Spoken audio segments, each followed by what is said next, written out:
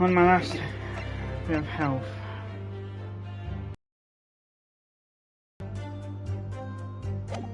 Ah. Objection! Eh?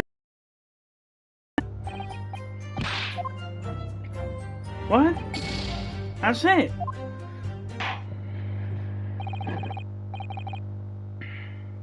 Can't find... He would have died straight away. Showing medical report. Wait. Medical report.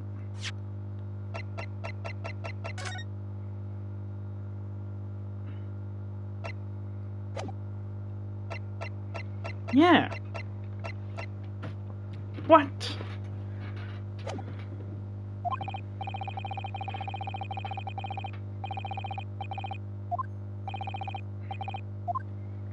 Oh, go fuck yourself.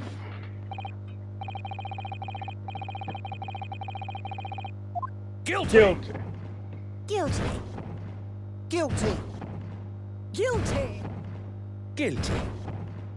Guilty.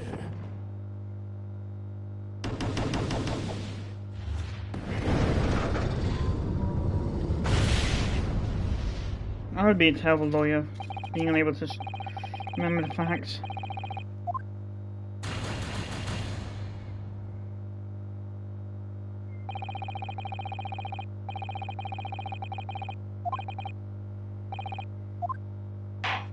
Guilty! Retry from the scene.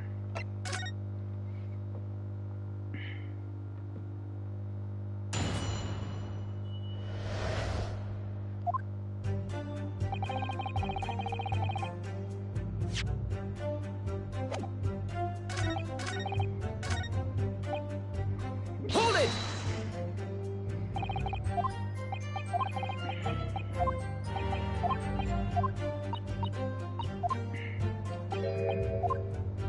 Ow.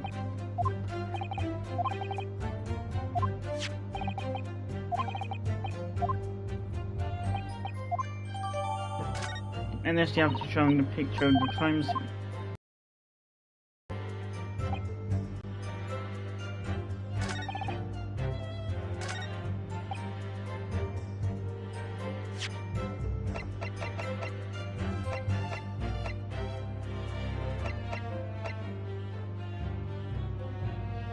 Objection! My lord, there are any... Oh no.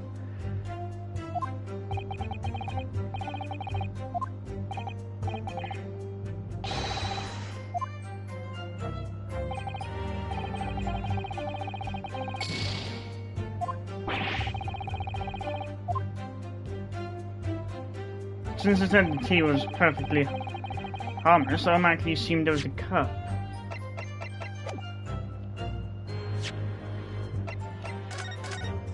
So I can just go back to this, so I don't have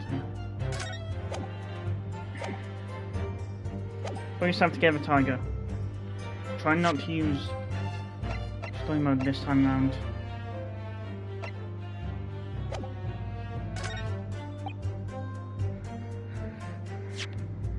Present.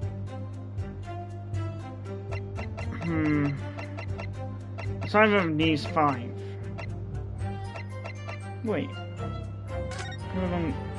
Wait, I think I've shown him this picture before anyway.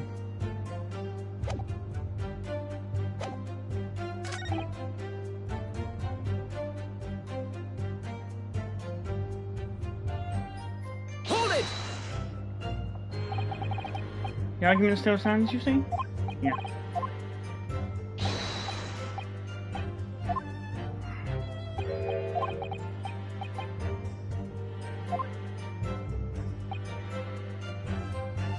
Hold on. Just checking something.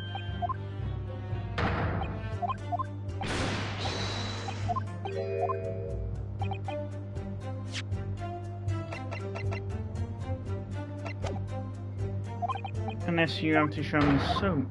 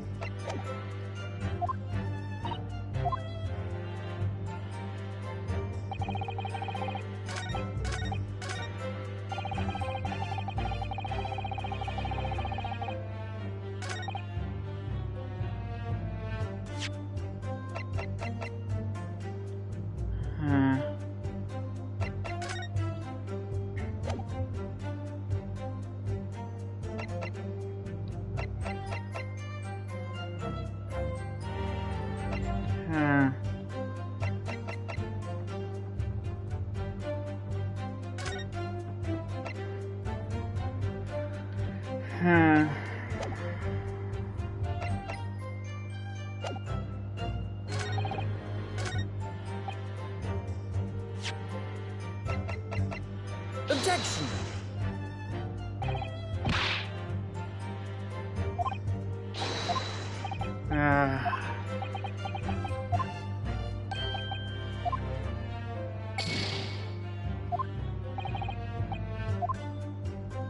Need you forget the soap?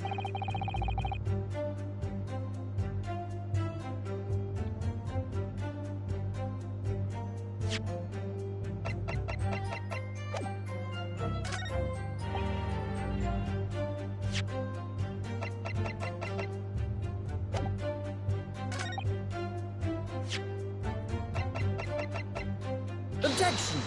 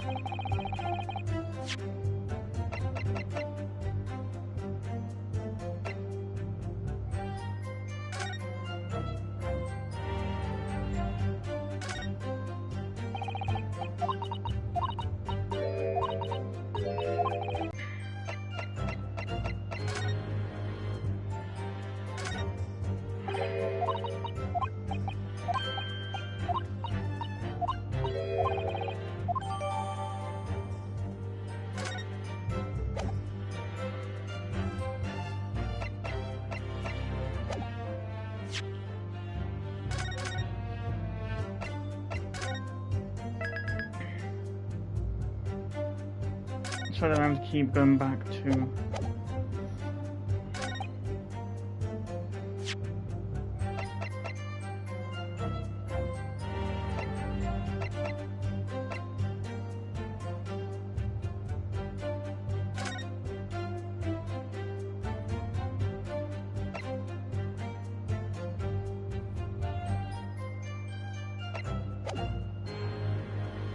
Objection!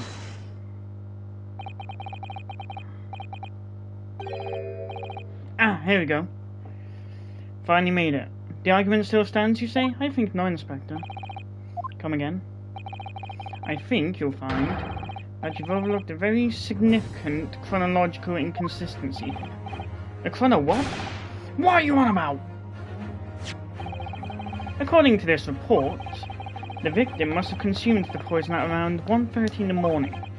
And yet, the defendant, Mr. Natsume, left the victim's room at 11. Ah! Yes, that's right. There's more than 2 hours of missing time there.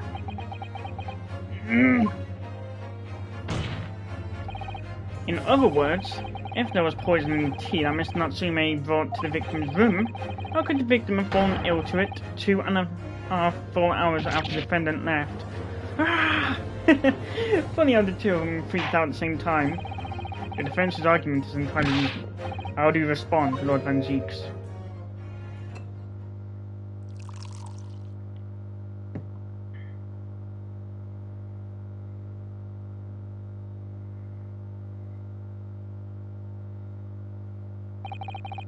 Pray forgive the discourtesy if my mind has wandered. I was considering what cuisine would best complement the contents of my hallowed chalice this luncheon. How could it have happened, you ask? I do hate to shatter illusions, but my Nipponese friend appears to be chasing a phantom idea. For example, at the time stated in the medical... Hold on.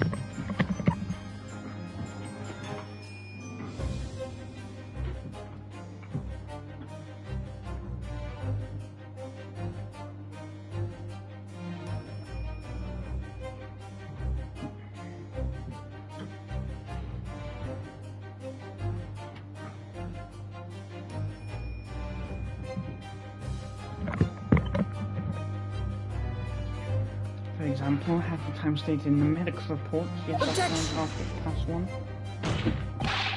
Mr. Natsume brought the tea with him to drink together with his neighbor, and in Japan there is a well-known saying, drink tea while it's hot. Objection! And in my country, there is an even more apt saying. There is nothing more refreshing than cold tea. The point is, if there was such a long gap, there may be other ways to explain how the victim came to be poisoned, other possibilities.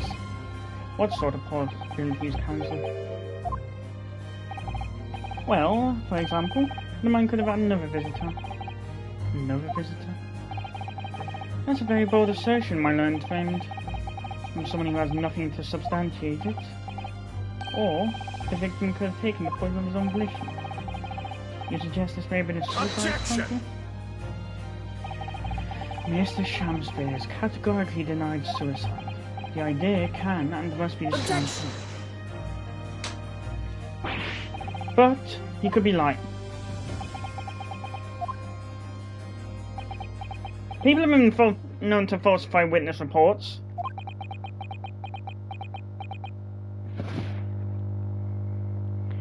Like if they injured themselves and hold a grudge against someone, they could just say, "Oh, that person's responsible for."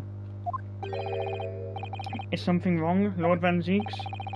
I was listening to the sound of the carriage pulling up outside the courtroom. Pray, forgive the discourtesy. Carriage? What carriage? It would seem that the key player in this case has just arrived. Hold it!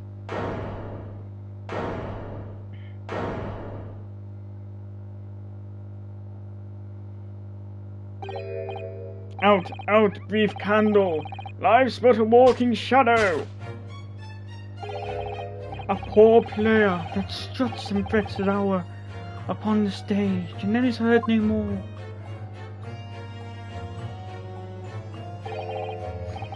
It is a tale told by an idiot, full of sound and fury, signifying nothing.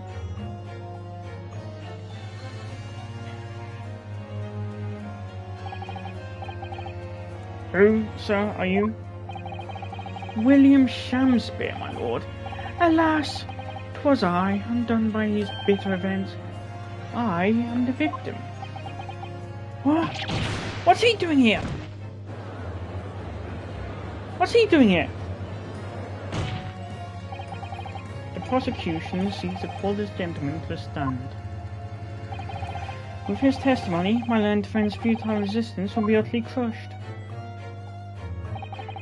You're calling him as a witness? Very well, Counsel. I grant your request with interest. I'm curious to discover what the court shall hear from the victim himself.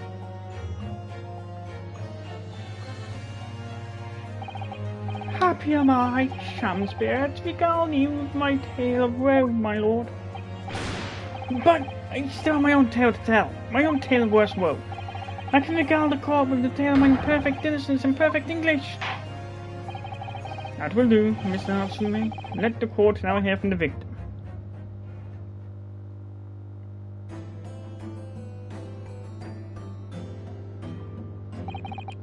Alright, so that's Mrs. Shamspeare. But who's that other man beside him? Yes, I feel sure that I recalled a glimpse of that man before. State your names and occupations for the court, please, witnesses. A writer of words so sweet, they do scent the breeze. An inventor of ideas so profound, they compose the earth. The unrivaled poet, the unmatched scribe, William Shakespeare. What a great bard to be recalled to life anew. No, what a magnificent man. Good fellows, I'm he who ponders such a miracle. William Shamspeare. Oh, name's Meerman. Adron B. Meerman. I work for the Altamont Gas Company, East End Branch Office. Ah, I remember now. It was yesterday on Briar Road. Oh yes, she's right, it's him. Oh, what's this? What's that man doing over there? It looks like he's trying to see into Saseki-san's lodgings. Is something wrong? Yeah. Yeah, that's a guy.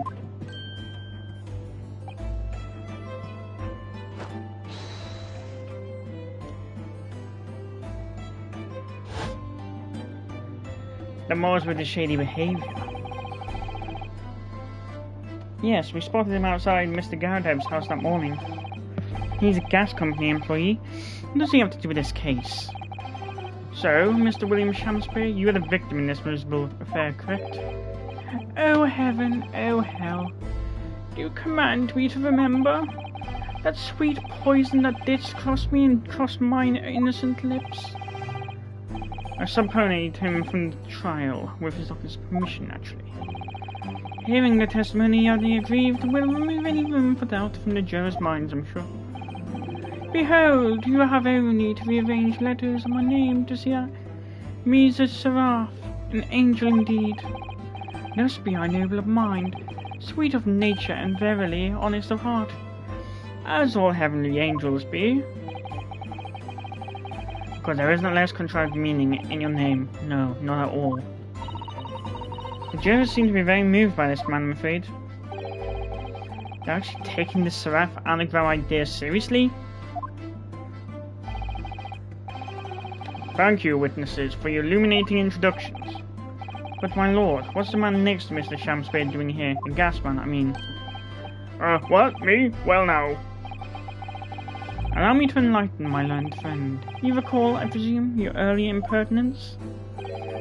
When you suggested that the victim had another visitor to his room on the night in question? And moreover, that the victim is a compulsive liar? What? No, I didn't quite say that. This young chin-stroke is here to controvert your wild claims, conclusively. Is that not so, Mr. Meerman? Hang on, no, I'm just here. I hereby call for your formal testimonies. You will tell the court as lucidly as possible what happened on the night in question. One may smile and be a villain.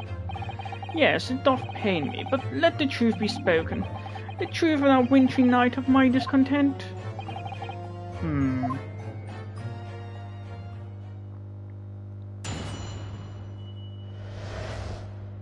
The wintry night of my discontent. The snow lay about. My neighbour did come up in the evening bearing a gift of tea. But marry, bitter was his drink, and when he left, I did fall prostrate on my table. 'Twas the tea alone did pass my lips that late hour. Naught else. I was outside this bloke's window in the freezing cold all night, keeping an eye on his room. No one else visited his room but that short little round-backed Eastern fella. Wait, what did you say? You were keeping an eye on Mr. Shamsbury's room all night? That's right. Of course, the bloke's window is all but blocked up, isn't it? But there's a little gap in the bricks where you can see into the room. So I spent the night trying to keep my teeth from chattering as I peered in through that.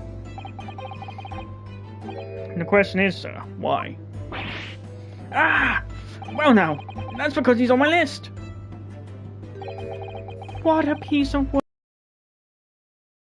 Wouldst thou not stare in wonderment? What are you talking about? What are you talking about? Really? This buzzing busybody hath no part in this play. I pray thee, pay him no heed. See you later.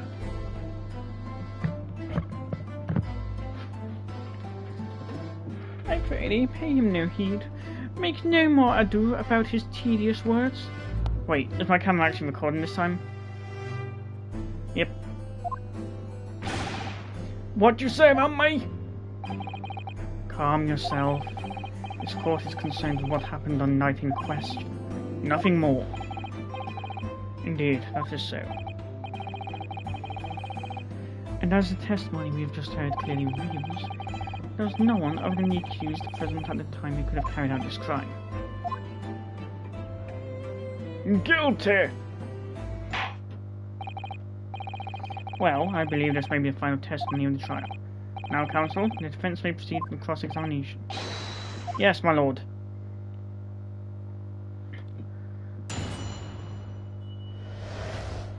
The wintry night of my discontent. Hold it! To be clear, by neighbour, you are referring to the defendant, Mr. Natsume? Oh, indeed, sire. Perchance now wouldst that I call him the man from upstairs. And at what time did the mustachioed Nipponese visit you in your room? Our meeting was promised for the hour of 9. And lo, did he come to tender a gift of fragrant tea? Details which are in accordance with the defendant's own testimony, yes. And we were broiled in such a literary debate as history hath not seen before. By which I presume he means the discussion about who was the stronger, Romeo or Juliet. I, Shamspeare, did play the part of young Romeo, whilst my neighbour played the fair Juliet. Each of us just as would our characters be to bring weight upon our merry experiment. Indeed. Indeed.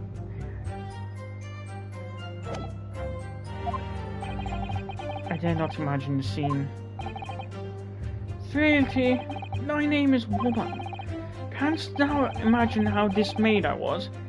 Yes, I'd heard of the Eastern art of jiu-jitsu, but ne'er did I dream 'twould be a skill practiced by the comely maiden.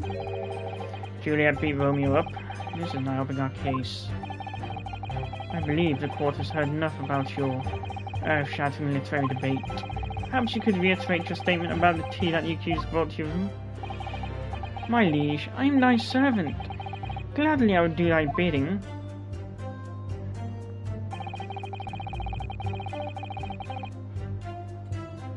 Hold it! Let me stop you there. Mr. Natsume left your room at 11 o'clock, but it wasn't until after 2 that the poison made you collapse. That amounts to more than 3 hours of missing time. If the defendant had really put the poison into your tea, that 3-hour window of time is something you're going to have to explain. Gladly, it is an easy task. What? I did drink of the tea, not while my guest did tarry, but after he took leave of me. Faith, 'twas stone cold, but at 1 hour post midnight, verily my lips parched.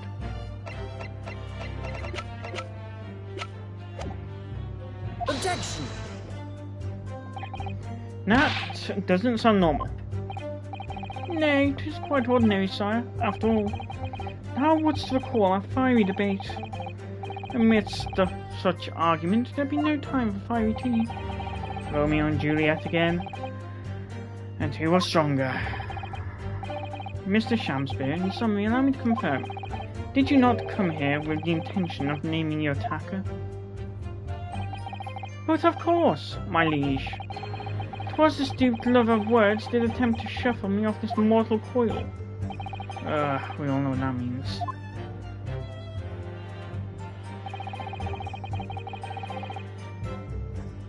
Hold it! So, you didn't have any kind of evening meal, dinner, supper? Ha! Fee on luxury, fee on gluttony. To eat thrice daily is but a waste of time. I agree. Sorry? I would that my belly were full, no more often than the sun doth rise. Well, most heroic eating habits, I must say. Night and day do I fill my hours with learned study of the great Barney playwright.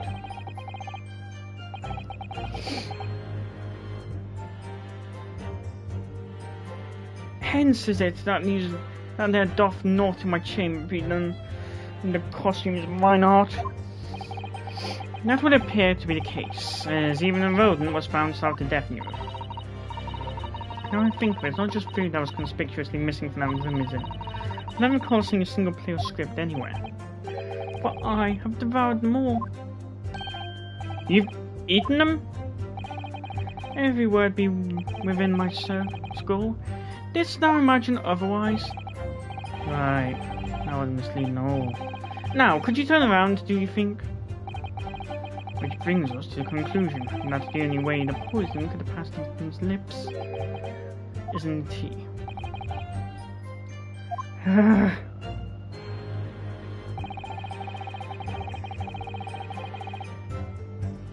Hold it! But the windows of that house have all been filled in. A historical artifact of the now defunct window tax. Yeah. You're right now. I'll rigged up horribly. but as it happens, there's a little part of the brickwork at the bottom corner that's been opened up. I was looking in through that gap. Yes, there were a few bricks loose, weren't there? For some strange reason, a couple of bars of soap lined up on the ledge outside as well. I don't like going around poking my chin in other people's business, especially on freezing cold nights. But them's my orders, so that's what I'll keep doing, as long as there's breath in my body.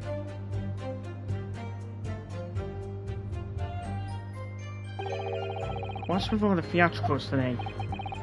Out of interest, Mr. Meaderman, after the accused had left and returned to his own lodgings, did you see the victim leave the room at all?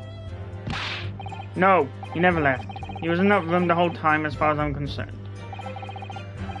We can therefore discount the possibility of suicide. How can you be so sure now? The police carried out a thorough investigation of the scene and found no receptacle for the poison. And since we know the victim didn't leave his room and hence didn't dispose of the poison's container itself, it's clear that this was no attempted suicide. Only the culprit could have removed the receptacle. Ah, yes. Lucidly explained, Counsel. Thank you. It really was. You can't argue with logic.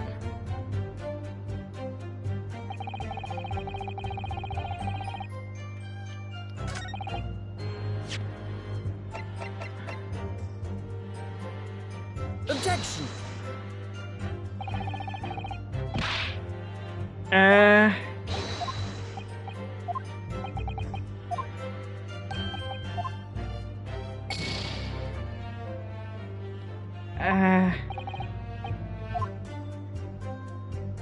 Yeah, it's time for a rethink. Hold it!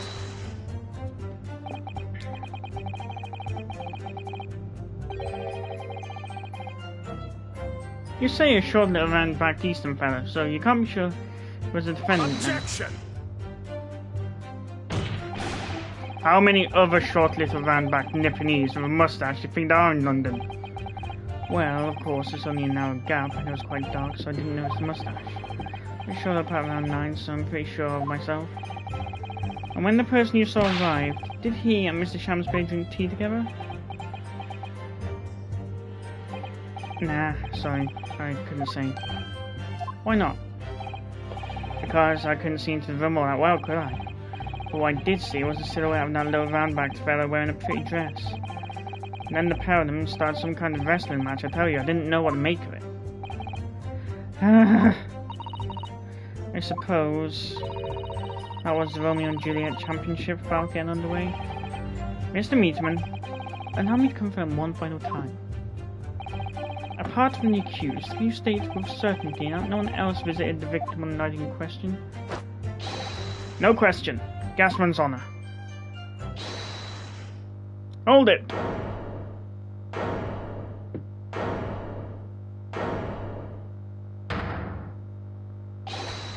My lord. Goodness me, yes, Mr. Foreman. I've kept my mouth shut and listened up to now, but this has gone on long enough. Are you all with me? Are we to understand that you ladies and gentlemen of the jury in agreement with one another? And how the fuck are you still in the jury, since...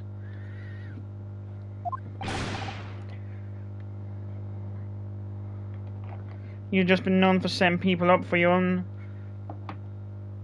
entertainment? For granted, McGilded was guilty. But still, he just wanted him arrested so he didn't have to pay. Is that? Are you all with me? Yes. Wait, no! The defense is in the middle of a cross-examination. To be honest, I was holding out a bit of hope for you, young man. Especially after you identified those few hours and how followed the accused leaving the victim's room. Yes, the 3 missing hours, as you put it. But in the end, what difference do they make? None, as far as I can see. And since that's now apparent, there's really no reason to delay our decision any longer. Like I was saying before, if I don't take 5 bob home with me tonight, the missus will blow her top. That's all you care about? What's that? Sorry, I didn't quite catch what you just said. Very well, I'll let the court be apprised of your decisions. Ladies and gentlemen of the jury, you will state your leanings as to the defendant's culpability. Guilty! Guilty. Guilty. Guilty. Guilty. Guilty.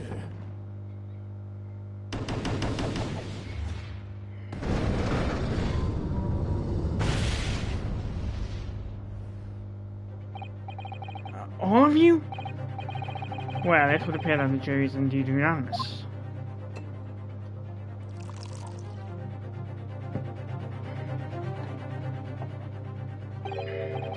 So, this time at least, it seems justice will be done. All's well that ends well, as they say. This calls for toast, I feel. To the guilty being punished.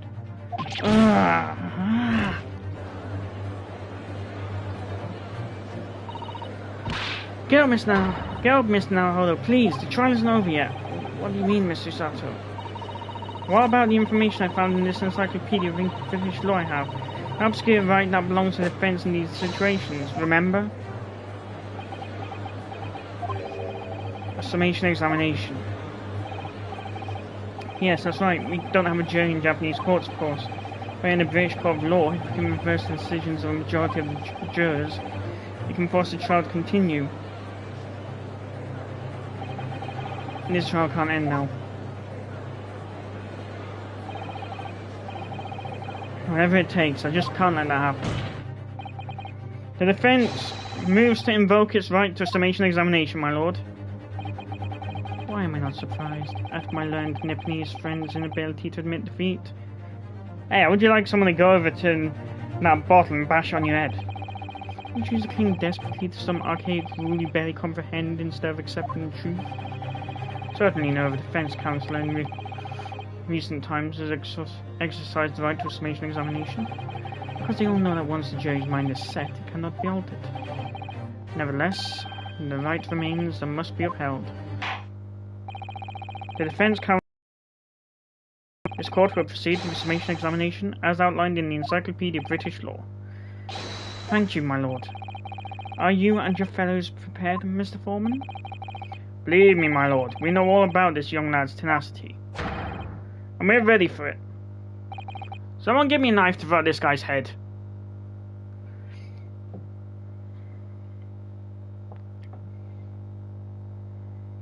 He pissed me off in the trial with McGill did. He pissed me off in the trial after, and he's pissing me off now. In that case, ladies and gentlemen of the jury, I hereby call upon each of you to state the grounds upon which you find the defendant guilty of the crime for which he stands accused. Judicial findings. The jurors' contentions. The victim may not be well off, but he's a nobleman straight up. There's no reason to doubt the man. Well, I do declare the good gentleman has no reason to lie. In fact, I think he's rather splendid. Just look at the accused by comparison. He's Japanese, stoops all the while, and has a mustache, very fishy. Hey, I'm not Japanese, but I have a mustache. Are you saying people who have mustaches are fishy? Because that would be... There again, juror number 1 is fishy. There's no evidence to support the gangling actor as Forsman, for now at least. I really don't care, I just need this trial to end quickly. 3 hours of missing time is nothing when you reach my age, you know. Nothing at all. I knew it. Every single one of them seems completely convinced. Which seems all of the jurors have come to the conclusion that Mr. Shamspeare is a fine, upstanding and honest citizen. If you ask me, they've all been bewitched by his strange theatrical movements. Sadly, nothing Mr. Natsume has said appears to have registered at all. Well, here goes. Let's not forget, I pleaded with the jury on Saseki-san's behalf before and it worked, so you never know. Before we begin... Oh yeah, and... Natsume's first trial as well. He was there.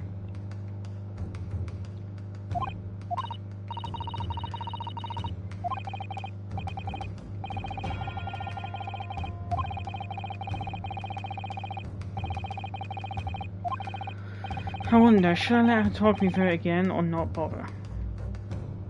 Refresh my memory. I feel bad turning it down.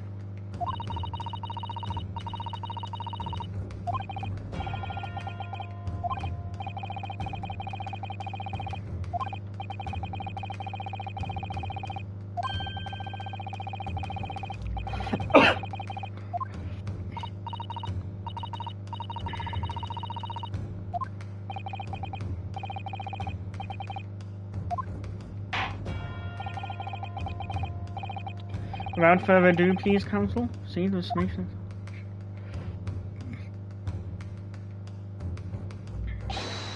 Yes, my lord.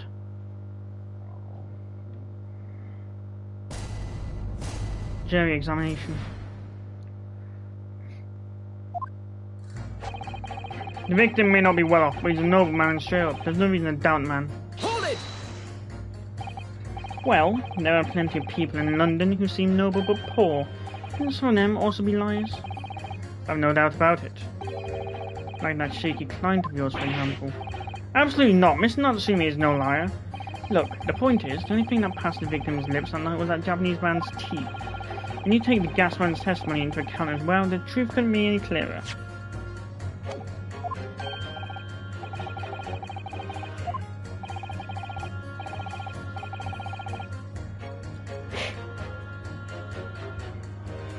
How much did you bribe people to think that?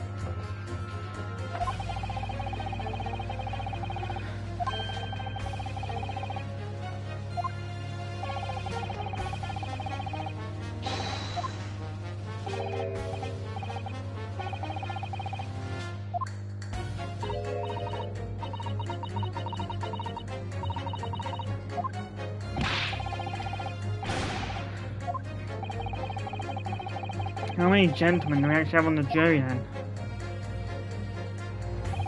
Alright, sir, I may hold you to that. Don't forget what you said.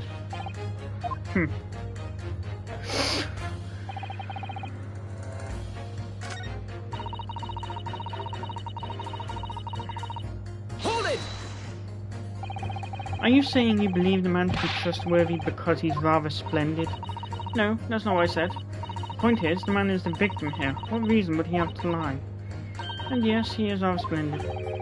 So you say, yet again. Meanwhile, the man who stands accused behaves so suspiciously it's exhausting to look at him. I'm afraid he's not splendid at all.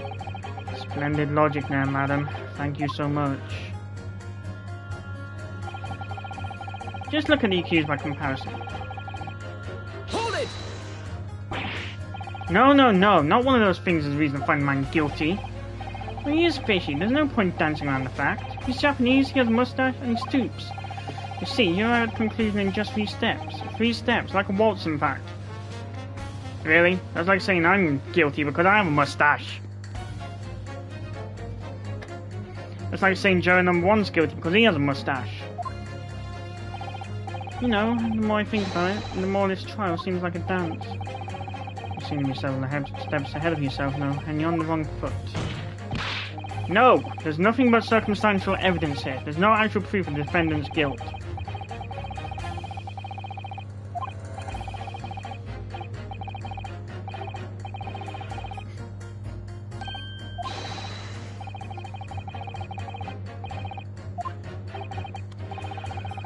Right, the prosecution will its way to victory if I let you speak much more.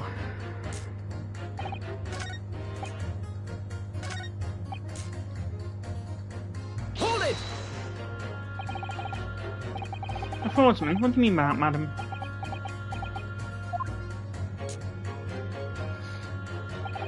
It really is the most tiresome problem for the company, most irritating. We can be absolutely certain that a customer is stealing from us, but without hard evidence, we can't even threaten to take action for fear of being sued. I'm sorry, you've lost me a little there. Who are you?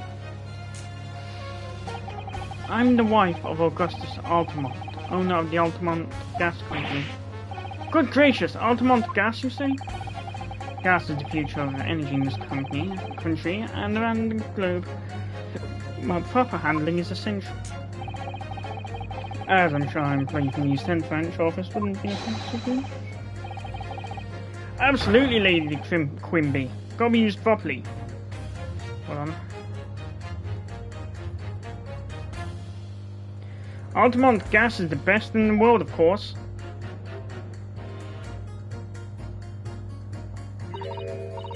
I think we may have solved the mystery of the bow from earlier. The bow from earlier, Mr. Naohodo. Right, he bowed in defense to his employer's wife, did he? Ah, so, will I be right in assuming that the reason Mr. Meaderman was watching what Mr. Shamsville was up to in his room I'm afraid that there's no end to the lengths the population in the East End will go to in order to steal our gas. So we have no choice when the company identifies somebody as a possible fraudster. But to dispatch work to watch the suspect day and night, we're very thorough in our investigations. So you mean Mr. Shamspeare is... I wouldn't come out and say it in public. But you can finish that sentence with a grubby little gas thief. You have noticed the public gallery in here, haven't you? The eye of man hath not heard, the ear of man hath not seen. Faith, wouldst thou wound me with thy words, were I to let them penetrate the skin. But seraphs hear not insults, only choirs of angels and song. We may not have evidence yet, but my workers won't stop buzzing around you until they find it. And when they do, you'll find yourself blasted back to angelic heights and an Altamont gas explosion. So Mr. Shamspeare has been stealing gas. I wonder, Juror number 4, if you wouldn't mind adding that information to your statement? My pleasure. Was it the bit about ripping that thief apart you enjoyed? A little before the part about abject violence, if it's not too much trouble. Yes, of course. This could be it. This could shift the balance.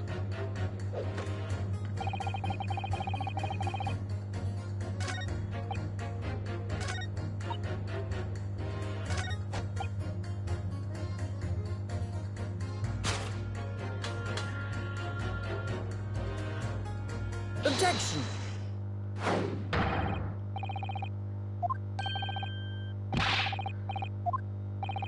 Juror number 1. Eh? What are you yelling about, lad? I presume you've heard Juror number 4's statement made by the wife of the owner of Altamont Gas? Well, yes. The victim, who you claim to be a noble, straight up man, in fact, turns out to be a common thief. So the good lady says, but there's no evidence, is there? You and I both heard them say as much.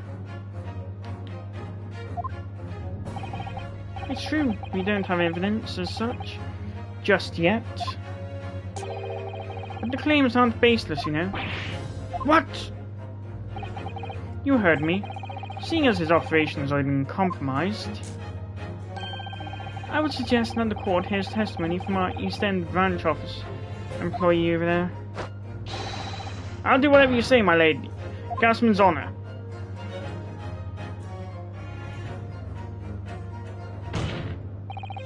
Juror number 1, you say you're a man of your word. Ugh. If I could show that Mr. Shamspeare was a liar, you assured me that you would reconsider your decision about the defendant's guilt. Yes, I did say that. And as a man of honour, I'll hold to it, as I'm sure the other gentlemen of the jury will. Me? Oh, well, yes. Now that we've found out the man's a liar, perhaps we ought to consider the matter further. Well, if I'm perfectly honest, I haven't heard half of what you've all been saying. So if this means you'll recap a few points, that would suit me down to the ground. Oh no, I'm not having any part of this. I want this trial over and done with. In that case, I shall change my leaning. So, Mr. William Shamspeare, if that is your real name, we of the jury demand to know exactly what kind of a man you really are.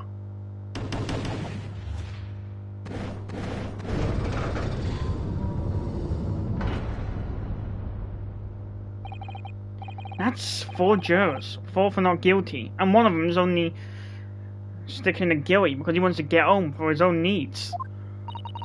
Yes, Miss Naruhodo. Victory! Order! Order! Well, this is quite extraordinary, I must say. As a result of the defense's summation examination, the jury's leaning has changed. Now only 2 jurors say guilty, whilst 4 say not guilty.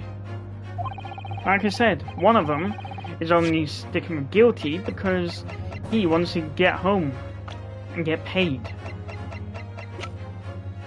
Any lawyer like that, you won't want someone like that in the jury.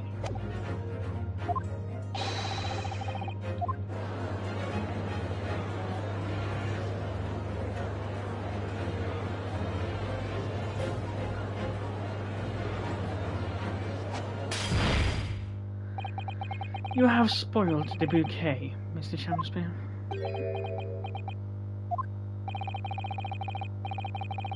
The ladies and gentlemen of the jury now find they are unable to trust you, the victim. But you gods will give us some faults to make us men. So God mend me, I do swear.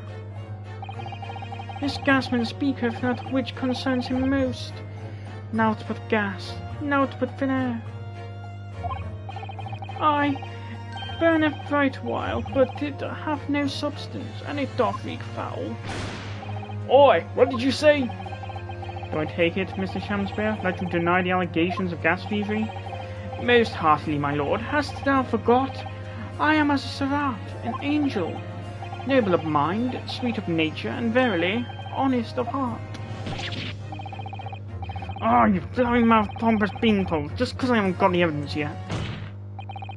Mr. Shamspeare, if, in fact, you are not noble of mind, sweet of nature, or honest of heart, if you are a liar, then your testimony should have no sway in this courtroom. Key word in name, Shamspeare. It is my considered opinion that at the present time no other possible culprit of this crime has been identified. All testimony heard by the court thus far heavily implicates the defendant. In short, it would not be unreasonable at this stage for me to rule on the case. Oh no, that's cheating! However, in light of the fact that the jury has expressed concern about the fidelity of this witness, that'd be cheating because there are more people saying he's not guilty than there are saying he's guilty. I believe it would be inappropriate for this court not to pursue the point further. I assure you, my lord, that would be a waste of the court's time. The gas in this case unrelated. Juror number 4. Yes? Didn't you say before that although you had no hard evidence to prove this man has been stealing gas, you have strong grounds for suspecting him? That's right, we do. Don't we, worker? Absolutely, Lady Quinby. Gasman's honour. Very well then, we will hear your testimony now. You'll tell the court precisely why you believe the victim, Mr. William Shamspeare, has been stealing gas.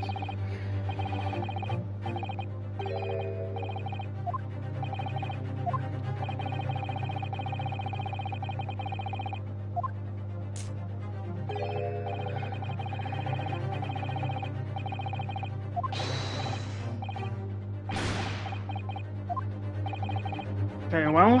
As an exception, I shall honour your request. Thank you, my lord. You wait until the boss gives you an earful. Oh, it's gonna sting, you mark my words. So, you will both testify before the court on the subject of the illegal consumption of the Altamont Gas Company's fuel. Yes, is that clear, my good man? Clear as Altamont gas, my lord, my lady, which is the clearest in the world.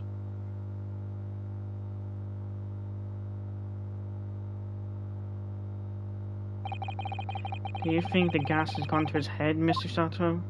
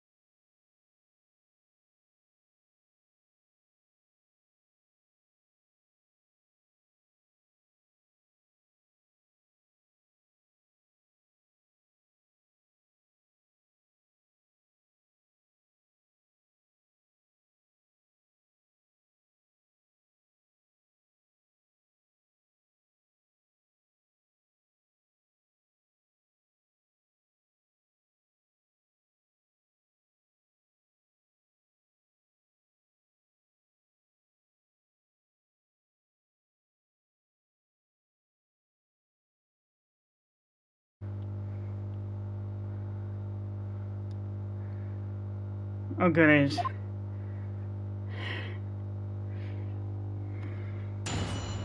Witness testimony. The Altamont Gas Company's investigation. I'm proud to be the company's East End branch investigator, a mere money collection agent. Altamont gas meters accept 3-penny bits. Each coin given customers about 2 hours of gorgeous gas. God, it's hard to talk when you're out of breath.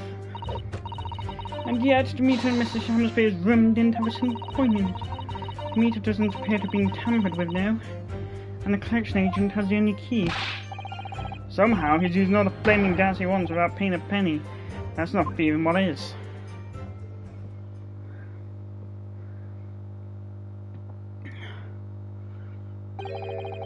Pray forgive the discourtesy. The irrelevance of this testimony caused me to turn to my hollowed chalice. What do you mean by that remark, Lord Van Zieks? Did the mustachioed Nipponese poison the gangling? That is all that should concern this court. And yet, now you must listen to this. Abhorrence. You really are biased against the Japanese.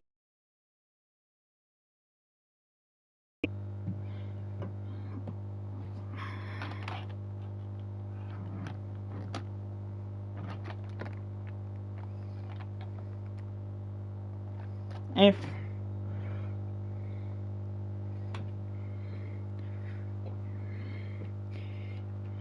this is proven, it'll show that everything he says isn't 100% accurate, and now put more of what he said into question.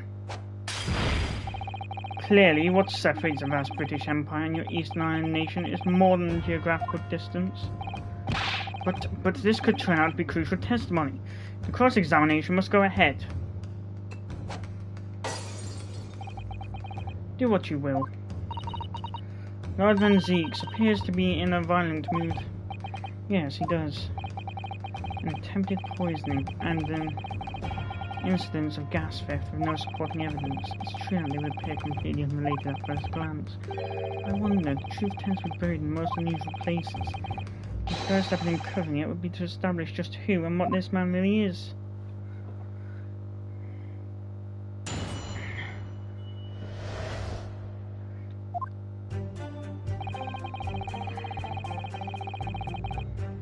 Hold it!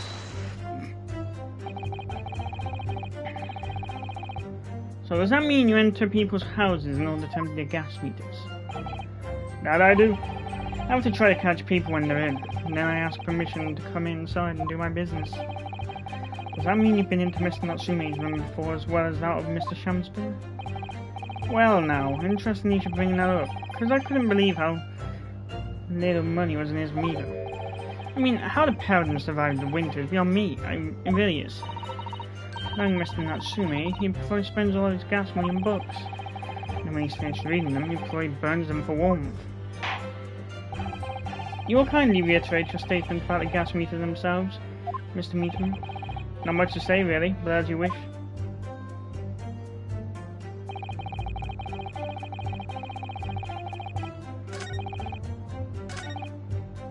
Hold it!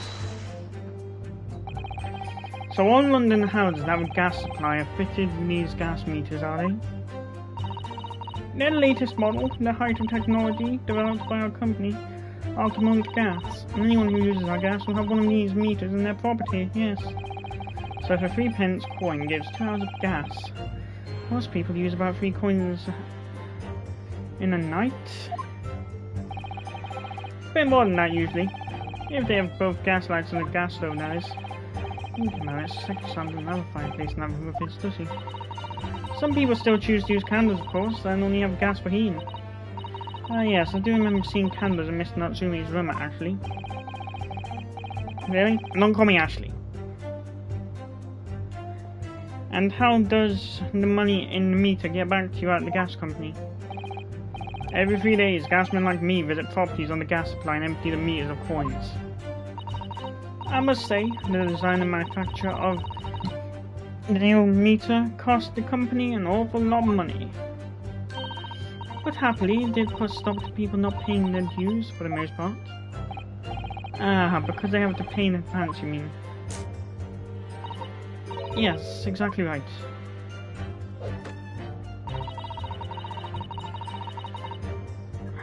Hold it! Out of interest, how long has this been going on? Weeks and weeks. He's been pinching gas off us for ages. And you've examined the meter in Mr. Shamsbury's room, I take it? Naturally. We took it off the wall and went over it with a fine-tooth comb. And found nothing suspicious at all, I presume? No, I'm afraid we didn't.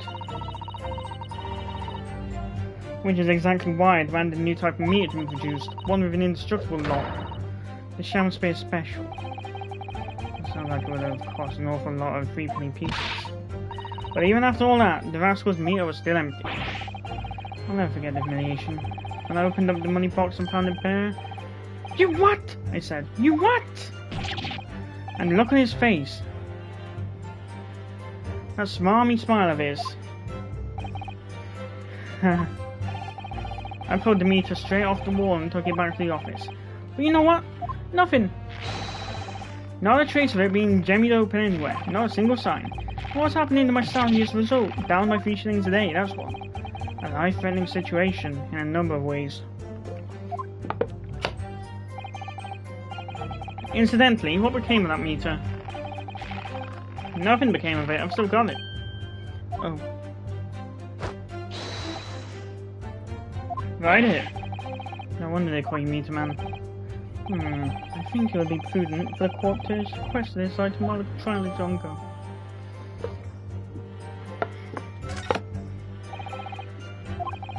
Definitely, on our first glance, doesn't appear to be anything unusual about it.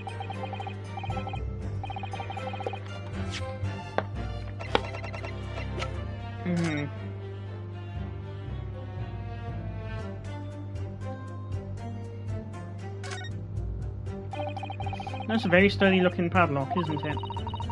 And the money box is sealed with beeswax too. So if Mr. Sholmes were to get up to any mischief, he'd be found out immediately. Mr. Naruhodo, mischief of that kind is not the sort of thing that Mr. Sholmes would... No, you didn't finish that sentence, don't you? Well, anyway, it's understandable that the gas company would want to safeguard the money that's rightfully theirs. It does feel a little over the top, perhaps, doesn't it? Ah, there's a hole there. Oh, what's this? Have you spotted something, Mr. Naruhodo? Just here, there's a little hole. Do you see?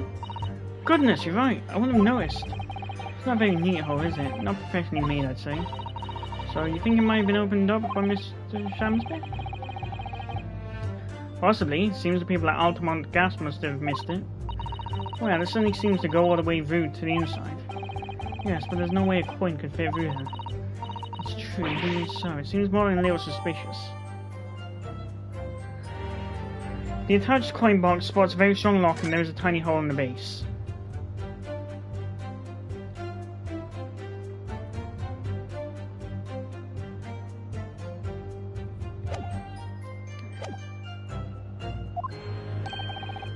I would say this is as much value as the contents of that meter.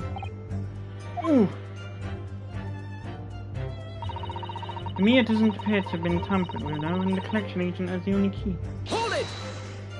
Damn it! And there's only one key for all of your meters? Well, in truth, there's another key in the company vault at our main office. But even if someone had somehow managed to get hold of a key, we know if the coin box had been opened. Oh, no. You came up with a rather clever way to expose any little shenanigans that happens. Would you care to explain? Well now, in order to empty a meter, you have to unlock the padlock and remove the cover. When I close the cover again, I stick a little beeswax seal on it, you see? A seal? Like the sort of thing you'd put in an envelope, you mean? Something like that, yes. Basically, you can't remove the cover again without breaking the seal. Now, in the case of Mr. Shamsbury's meter, there were no coins inside at all, as I said. But the seal hadn't been broken either. So that would mean Mr. Shamsbury somehow managed to steal coins from inside the meter without opening it. It would seem so, but that would be impossible.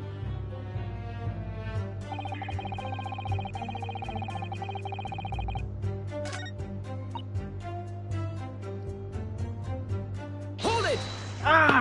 I keep forgetting it's all 100% evidence.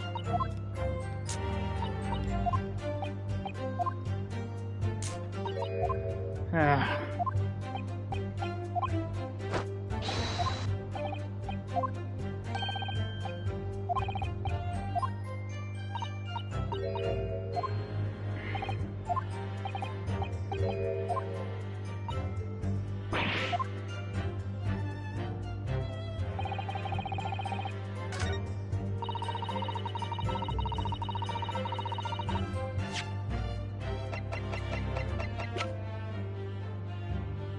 Objection! Lady Altamont, I'm afraid to say that this meter clearly does show signs of having been tampered with. What? Get away! I've been over and over that thing. I'm telling you, there's nothing wrong with it. In that case, what do you have to say about the small hole that's been made at the base of the coin box? Hole? What? You're right. You're quite right. There is a little hole here. The meters aren't supposed to have that. None of the others do. In other words, we can assume that Mr. Shamspeare secretly opened up this hole himself. Yes, I wouldn't be at all surprised. But why? Yeah, why? I mean, it's tiny. You couldn't get a farthing through that. Lady Altamont, I wonder if you could give the court some more details about your meter design. What sort of details? Well, what I'd specifically like to know is how it's dismantled. How can the meter be dismantled? Dismantled? Yes, given that there are no signs of it having been forced. I'm wondering if perhaps rather than being broken open, it might have been taken apart. Well, yes, that does make some sense. The padlocks are made by a first-class locksmith from the finest quality steel. And the meter box itself is made from plate steel as well, welded shut to ensure it can't be opened again. I can assure you, it's quite impossible to dismantle it. Ooh, yeah, nothing leaks from an Altamont meter. No coins, no gas, no nothing. I see. The witness will amend her formal testimony with that information in case it is pertinent. As you wish, my lord.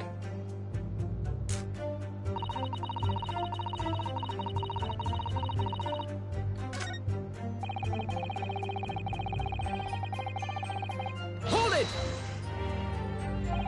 How do you know that he's been using gas now? Well now, since I started investigating this bloke, I've been in his room more than a few times. On every single occasion, his lamps have been blazing and his stove pounding. It's the middle of winter and he still turns to me, sweat dripping down his cheeks, and says, "Get thee to a nunnery." Hamlet indeed. Uh-huh.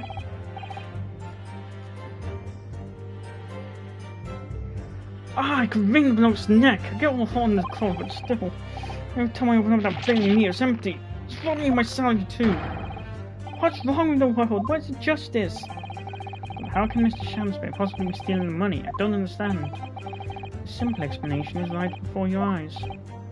What? A toast to you eventually realizing that that gas man could be an accomplice. You what? Good lord, eminently plausible indeed. Well, what do you have to say for yourself? Oh please, Lady Quinn.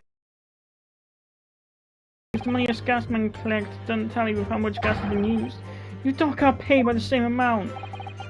So you'd be stealing money only to have the same amount taken from your wages. Clearly that makes no sense. Perhaps it's a case of losing the battle to win the war. No, I'm not going to stop that hornet's nest. Once stealing from the company, I'll be finished. It would seem there's no evidence to support the claims of thievery made against the victim, because Mr. William Shamspeare is innocent. Oh, fuck off. We've established that there's a hole right there.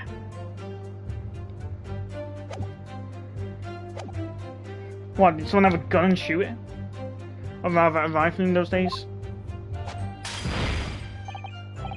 Pray, forgive me if that shatters some illusion my Nepalese friend was clearly under. Ugh. I certainly didn't expect to uncover another crime that looks like it's been taking place in this very same room. According to the testimony, it's only a meter in Mr. Shamspeare's room No one's suspicion.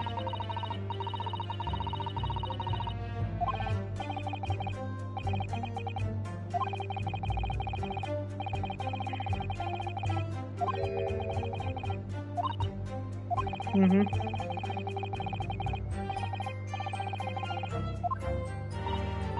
Oh wait, no, that's after. I was gonna say, the case with Graydon.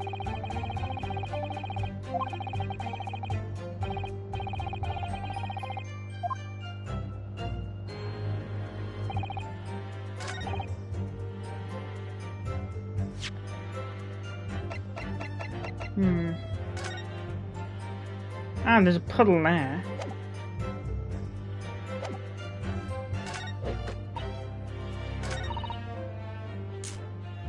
Hold it! Has anyone ever tried? Oh yeah, they've tried, but they've all given up before long. After all, if they actually broke the meter, the company would be able to take legal action. Yes, that makes sense. What do you think, Mr. Naruhodo?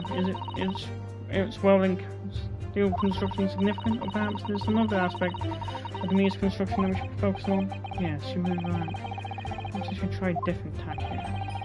Like asking about how the meter differentiates coins, for example. Delve deeper. How does the meter tell the difference between different coins? What do you mean? Well, for example, if someone were to put in a 1-penny coin, that wouldn't work presumably, would it?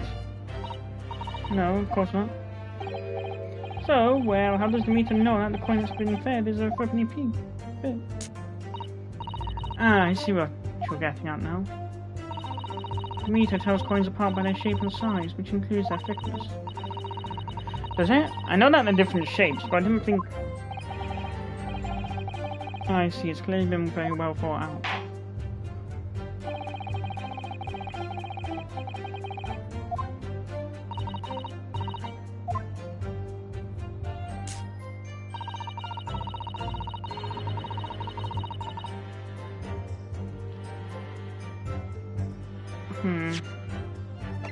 Nothing else will fit.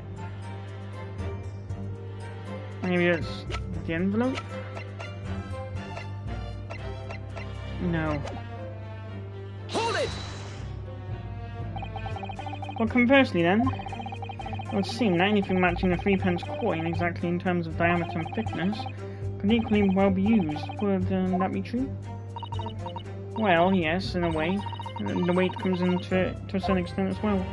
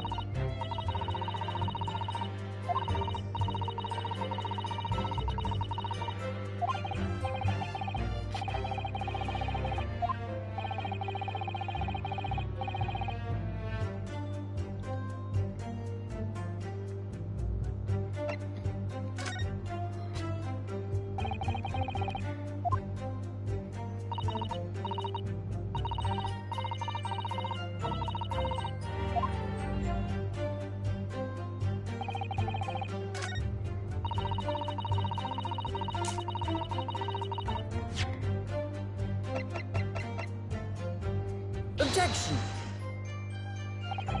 No. Nope. I was wrong.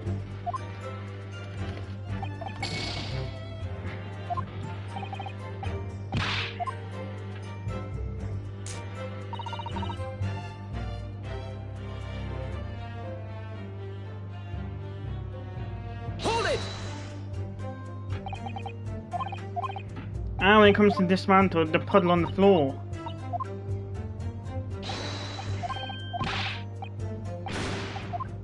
That'll be a sign that was dismantled.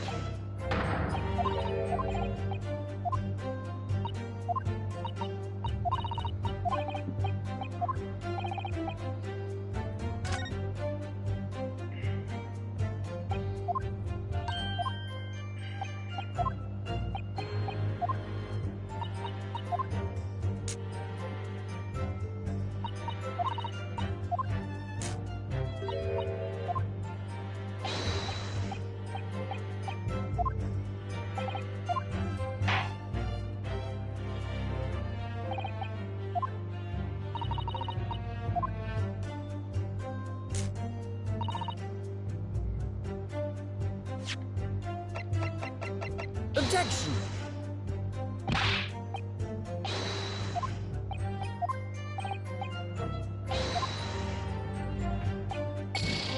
Are you blind? There's a puddle next to the meter.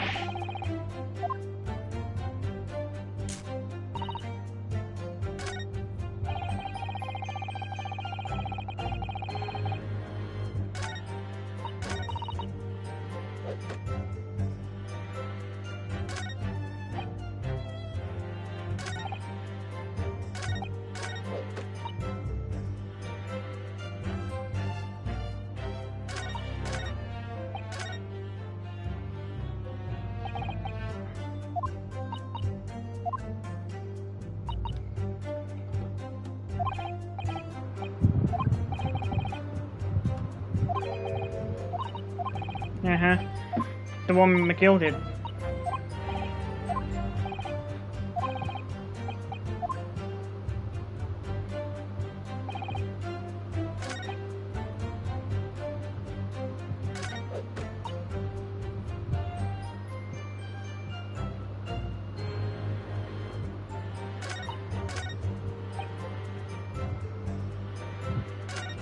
No. No.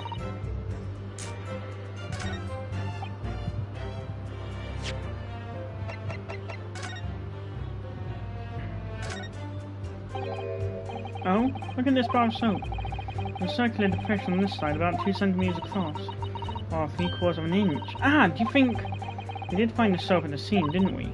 Yes, there was 2 bars on that low ledge just outside the window, so we took this one. I'm sure that when we first found it, there was some sort of reddish medallion in the middle there. I remember it clearly.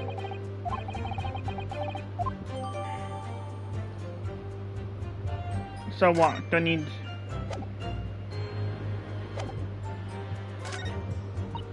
Hold it!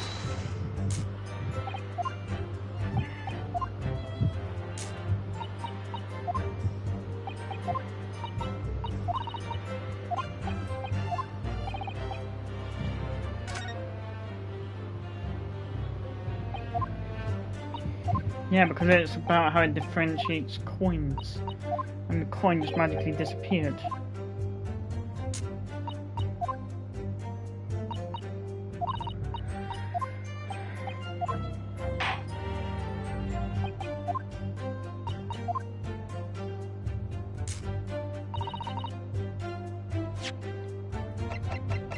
Objection! Let me just confirm something here. If the diameter and thickness were to be correct, the meter would accept any object as if it were a threepenny bit. Is that correct? Yes, that is correct. Well, by something of a coincidence, while we were investigating Mr. Shamspeare's room, we found a particular item that matches the dimensions perfectly. Something the same size as a threepenny bit? What was it? The item in question is this.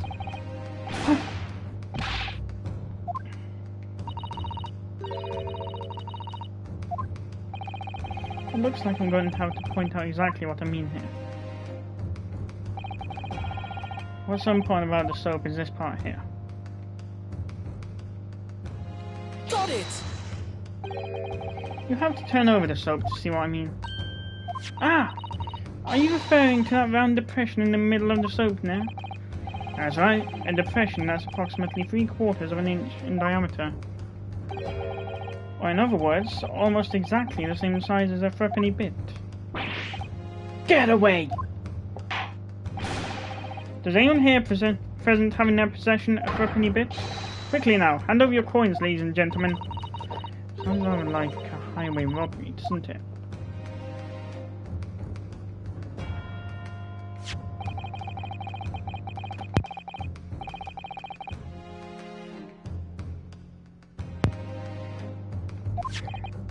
Now, to see if it fits... My word, it couldn't be more snug! Yes, as I suspected. This, without a doubt, is a vital clue to explain how the Altamont Gas Company is being defrauded. Well, I didn't believe it.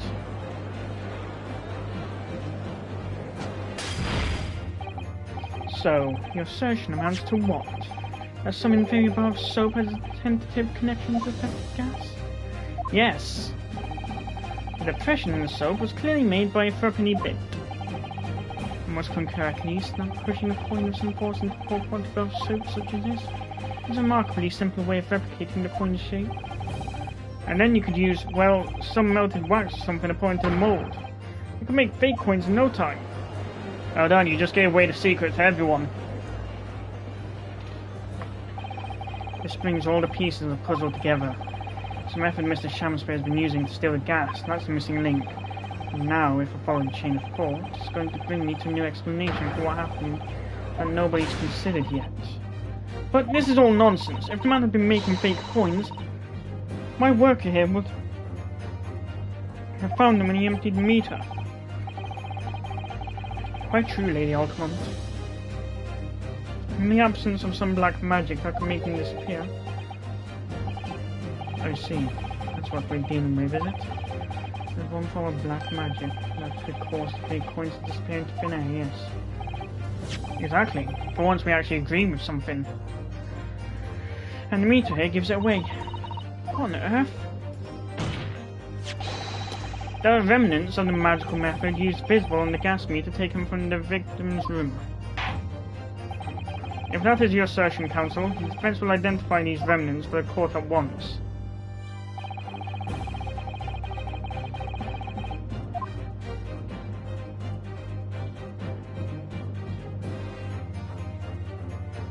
Got it! The answer is right here. Clearly, this is highly suspicious. Oh, fake answer.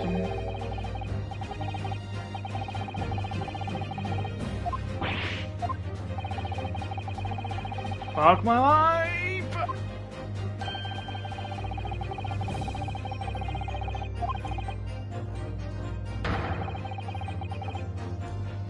Someone will lock you up because you're promoting murder.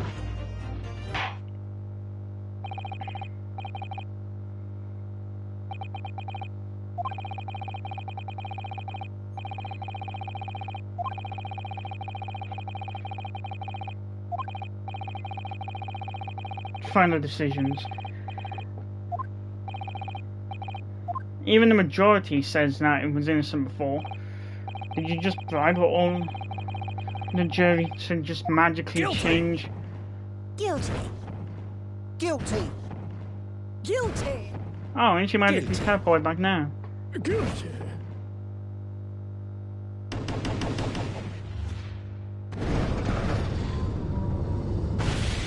This is why I don't have faith in our law system.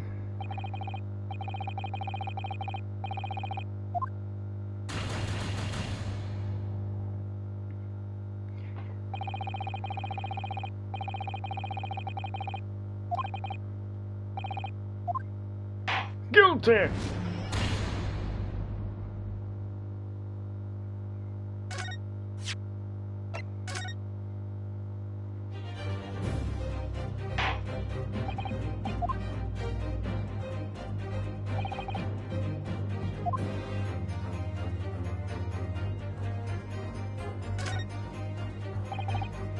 This is quite a tough padlock.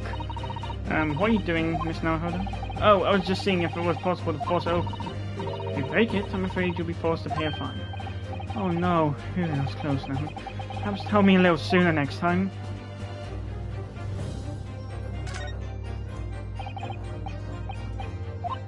I wasn't on about that. So what, do you need to have it tilted at an angle too?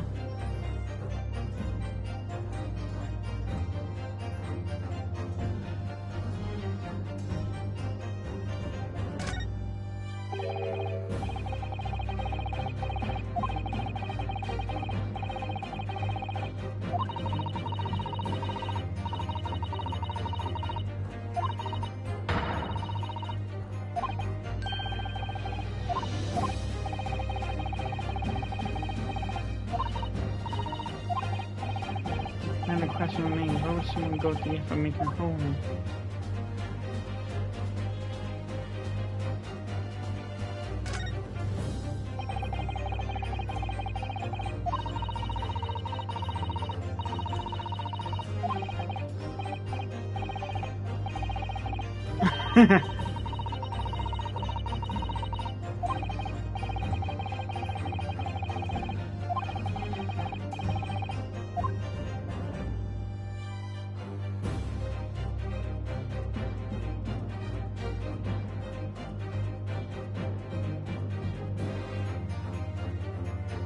Oh wait, he wouldn't still have the big bars.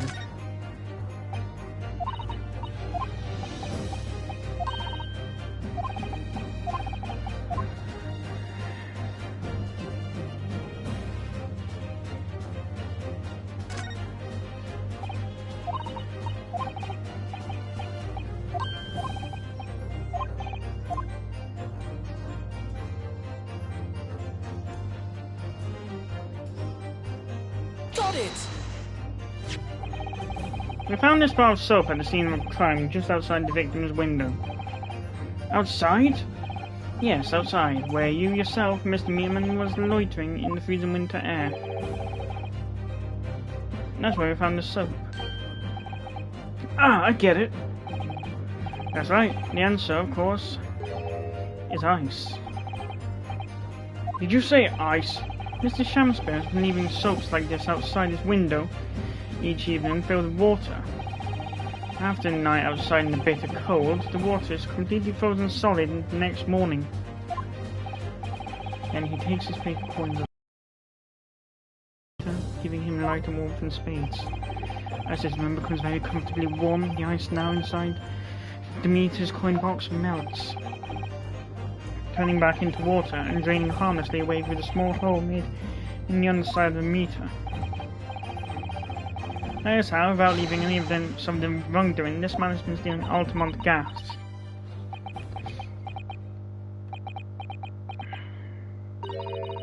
Just like that. So simply. Is he trying to make us look like idiots? He's been fooling us all with some bars of soap and some water?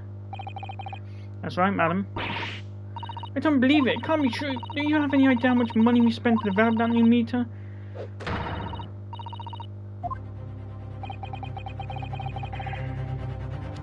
I'm fairly sure I didn't sign it. Evidence!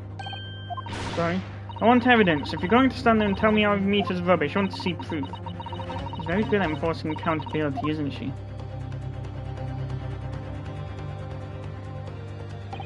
Very well, Lady Altamont.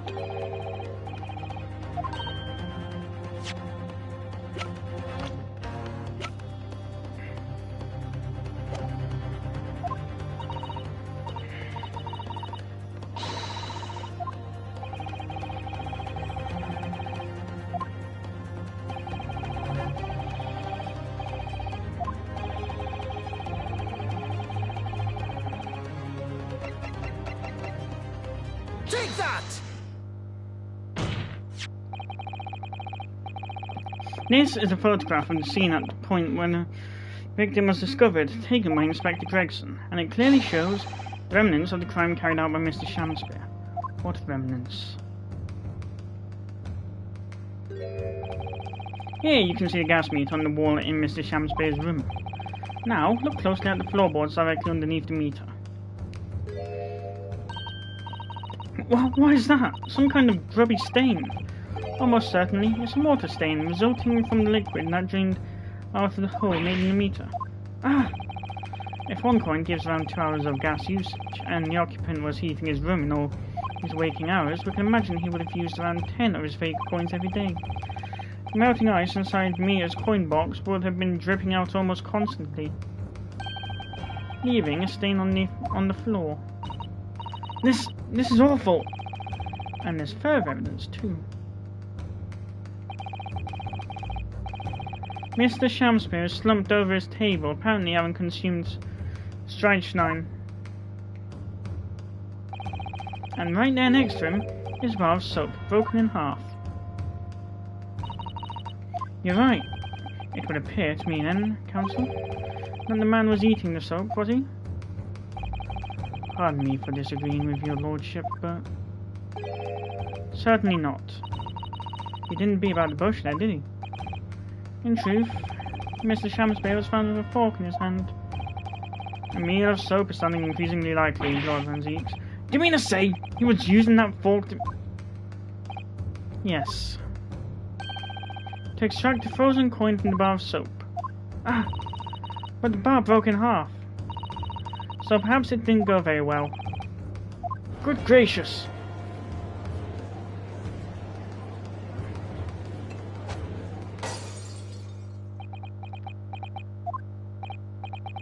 Lord Van Zieks!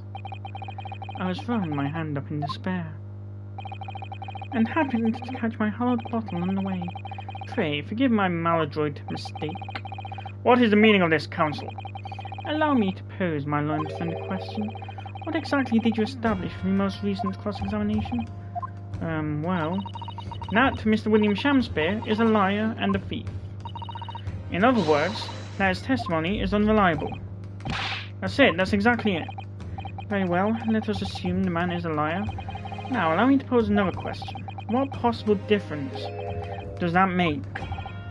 Well, we know that suicide can be discounted. Scotland Yard's investigation revealed no sign of another vessel that contained poison. And on the night in question, there were no visitors to the room except the accused. The young gasman's testimony, which we have no reason to doubt, has confirmed that.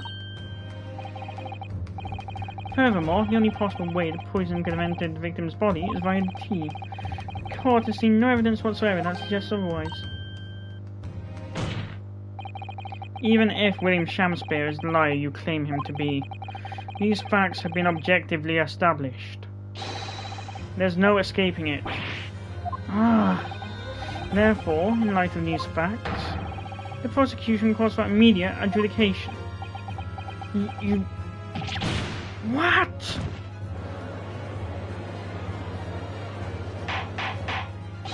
Order! Order! Well, Counsel, how does the defense respond?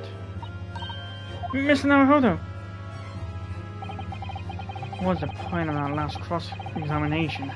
Did it actually get us anywhere, or did it make no difference at all, like Lord Van Zieks is saying? Raise an objection. No, this isn't over. The defense will not rest. What? But, Counsel, you've successfully explained everything. You've identified and substantiated the unscrupulous method employed by Mr. Shamspeare to consume gas. What more is there to discuss? Lord Van Zieks just highlighted 3 facts in order to make his point. But contrary to what he would have believed, not all of them have been objectively established at all. What are you trying to say, my Nepalese friend? At least one of those so-called facts is an assumption made due to a lack of evidence. But the situation has changed now, following the cross-examination of latest witnesses to take the stand. Don't be absurd. What is this nonsense? Yes, when you bring everything we've learned so far together and consider it as a whole, it's clear. There's a question that we now need to reconsider, namely... Was there another visitor? Was the poison in the tea? Was someone else responsible? We've all been led to believe that the strychnine poison that afflicted William Shamspeare was in the tea brought to him by Mr. Natsume, but that's conjecture at best. The victim has testified that nothing else passed his lips that night. There's no other possibility. And since there was no trace of the tea left on the scene, it couldn't be tested for traces of the poison. As I said, the situation has changed. Because, in fact, some of Mr. Natsume's tea was left on the scene, and a particular piece of evidence proves it. A ludicrous claim. Scotland Yard detectives investigated the scene exhaustively. What evidence are you suggesting they missed? The defense has made a bold claim indeed. Very well, Counsel. Present your proof.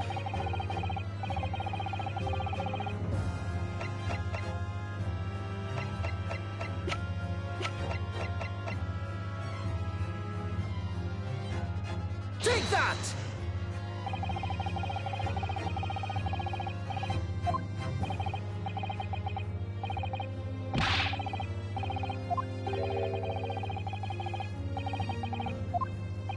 There are 2 different cups.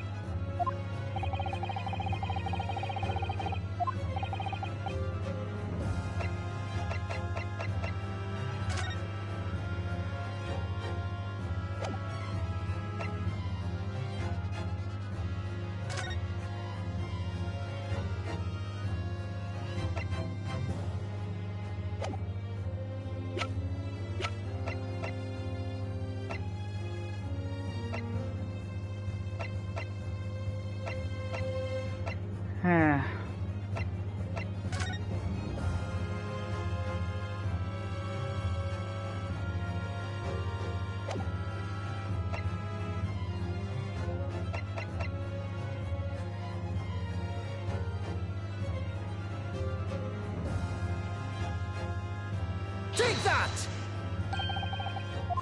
Good gracious, the soap again? The same bar the victim used to fashion his coins of ice? Yes, that's right, my lord. Just come back to me. Something about when we first found this bar of soap at the scene yesterday. It's more bars of soap. Soap? 4 bars of soap that were lined up on a ledge outside the window. I'm quite certain that when we originally stumbled upon the bars of soap, there was actually a frozen coin in each bar. So we discovered the gas thief's coin factory. Fascinating. In a way, yes, but there's more. The coins we found in the soap at the time weren't normal ice. Now, there was something strange about them, you mean? Exactly. Something very obviously strange. They were red. Now, ice was red? No, you mean... That's right. It's obvious to me now. The fake coins in the soap were made from frozen tea. What? That's honestly my reaction. I would remind the court of a statement made by Mr. Natsume earlier in the trial. That evening, yes, I did take some freshly brewed tea with me when I visited Mr. Shamspeare's room as a gift. The public water pump outside always freezes at night, so I bought bottled water especially to make it.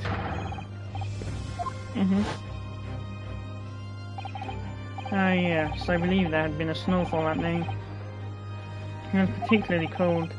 Sadly, on such occasions, the poorly constructed water mains in the East End were prone to freezing. So on the night in question, Mr. Shamspere, having no running water to use, was forced to use a tea brought by Mr. Natsume in order to make his fake coins. My word! There were 2 bars of soap on the window ledge when my judicial assistant and I investigated the scene. That's right, we only borrowed 1 of them, which means that even as we speak, some of the defendant's tea is still present at the scene of the crime, frozen solid in a bar of soap outside Mr. Shamspeare's window. Extraordinary! Earlier today, Inspector Gregson informed the court that if even 1 drop of the tea remained, Scotland Yard would be able to analyse it for poison. As such, we are now in a position to prove or disprove what has until now been mere conjecture. By finding out for sure whether or not Mr. Natsume's tea actually contained strychnine at all. Ah, you smug Japanese! My lord, we cannot do the defendant the injustice of passing judgment now.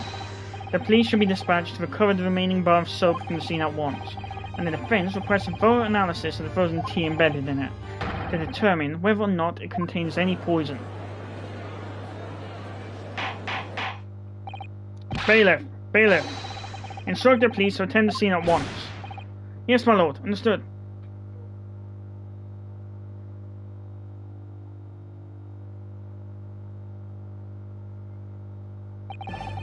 It would seem we have no choice but to suspend these proceedings for the time being. I trust you have no objection, Lord Van Zieks? None, my lord. Scotland Yard will recover the tea from the scene and carry out the requisite tests immediately. Yes, acceptable. The trial will resume at the same hour tomorrow. The prosecution and defence may conduct further investigations as appropriate in the interim. Yes, my lord.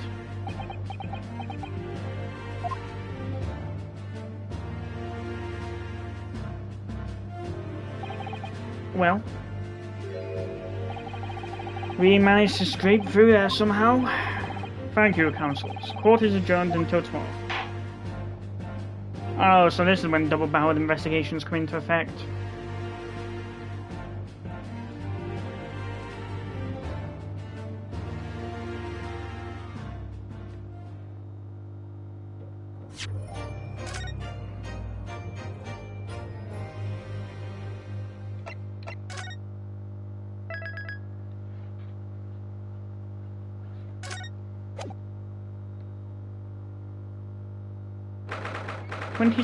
February 1:11 PM. Naruhodo's legal consultancy.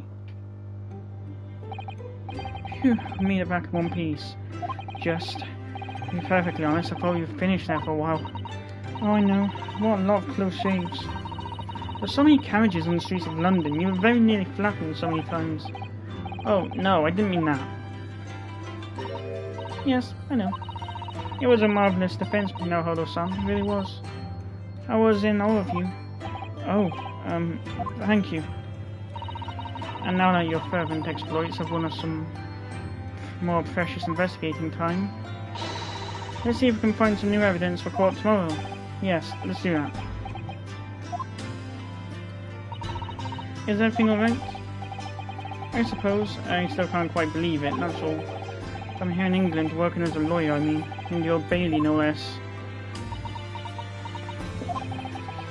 Truth is, it shouldn't be me, should it? It should be him standing in my shoes. It should be Kazuma. It was Kazuma-sama's wish that he follow him to Great Britain and work alongside him.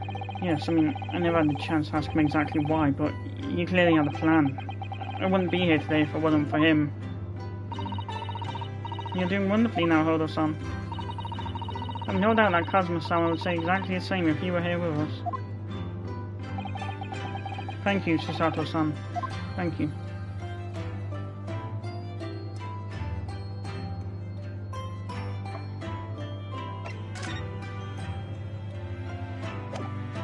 Oh. It was quite a shock earlier today, wasn't it? When the victim himself turned up in court and took the stand. I know. Not only that, but then finding out that he is actually a barefaced gas thief as well. Yes, that was certainly a surprise to us all. For a while, it seemed as though everyone had quite forgotten about Saseki-san poisoning the tea. Careful of your freezing, Susato-san. He didn't poison anything. And there's more to this, Mr. Shamspear, than we yet know. I'm sure of it. Mr. Shamspear certainly wasn't a noble, upstanding man everyone thought he was at first. What's become of him, actually? I was told that he'd be returning to the hospital ward where he was receiving treatment. Oh, which one is that? Let me see. Ah yes, he's at St. Bartholomew's, or Bart's as Londoners call it. We know that place, don't we? Yes, we visited Miss Green there yesterday. Same hospital to which she was taken. Ah yes, after Saseki-san stabbed her in the back. Do be careful of your freezing now, Hodo-san. He didn't stab anyone. Perhaps we both owe Saseki-san an apology. St. Bartholomew's. Yes, we should probably visit the hospital later. So, we know that Saseki-san took tea to the victim on 9 questions. But as he isn't the culprit, then obviously... Yes, the poison surely wasn't in the tea. But if that's the case, how on earth did the poison get into Mr. Shamspear's body? I'm sure we'll find a clue at the scene. There must be something in Mr. Shamspear's room that will help us. That will help solve the mystery. Well, naturally, Scotland Yard detectives have been over the place already. But it couldn't hurt for us to have another look around, I think.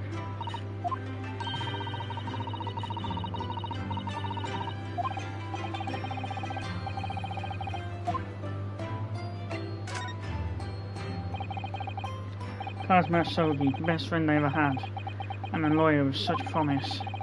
I really seen my bacon in that horrible incident just before we left Japan. I can still picture him now, looking so fierce and determined in court, and then after the trial that crazy idea he came up with. As a stowaway? Yes, you can fit inside my trunk if you cut up small enough. I'm sure no one will know.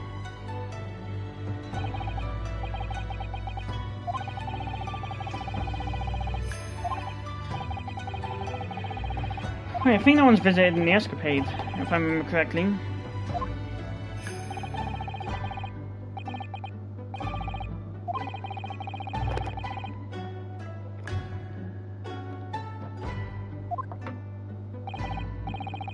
Well, I can't force you, obviously. You'll have to decide for yourself.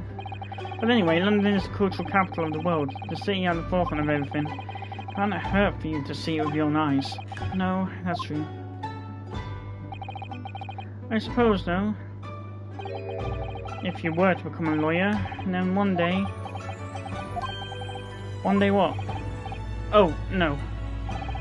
Never mind.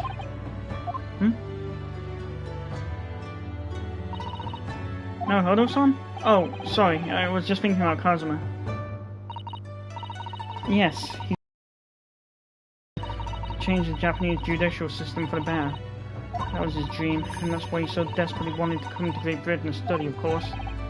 Yeah, that's right, but... Yes? I do wonder if his true intentions lay elsewhere sometimes. I don't know, the thought just takes hold of me every now and then, that's all.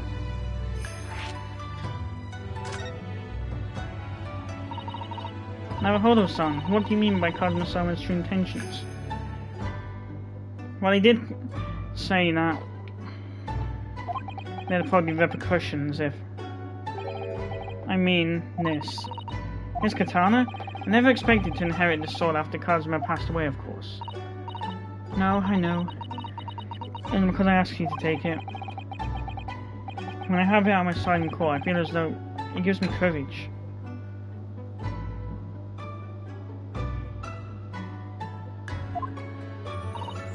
Yes.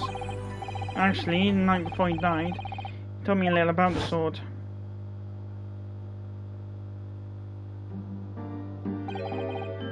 Kazuma?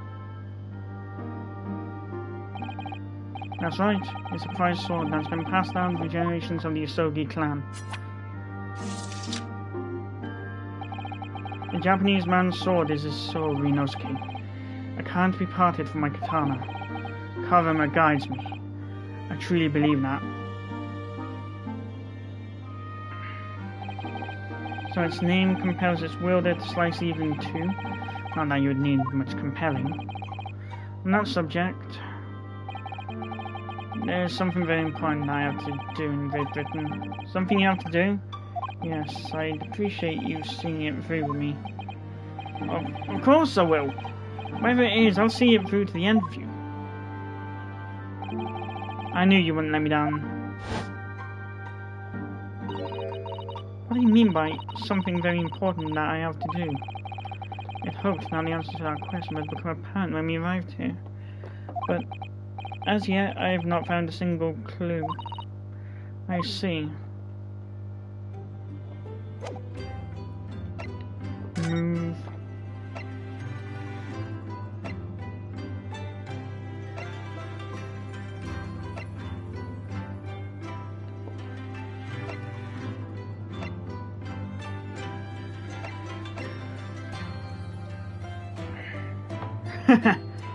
He's spending so much time in it, he'll have to start calling the place home soon.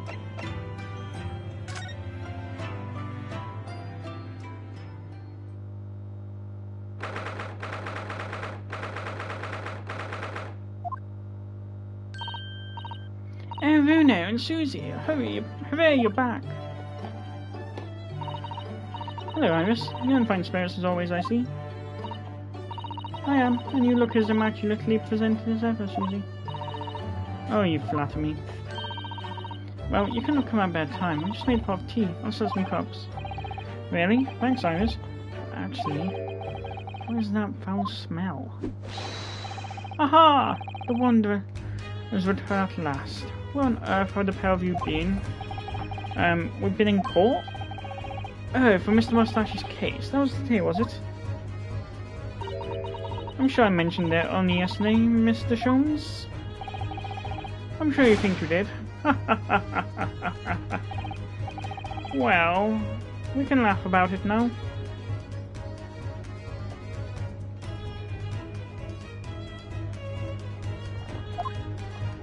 Somehow I can't help but feel that the homunculi in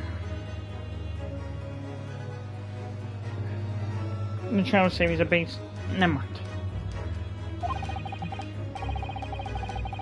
I know why people say that they feel like humans.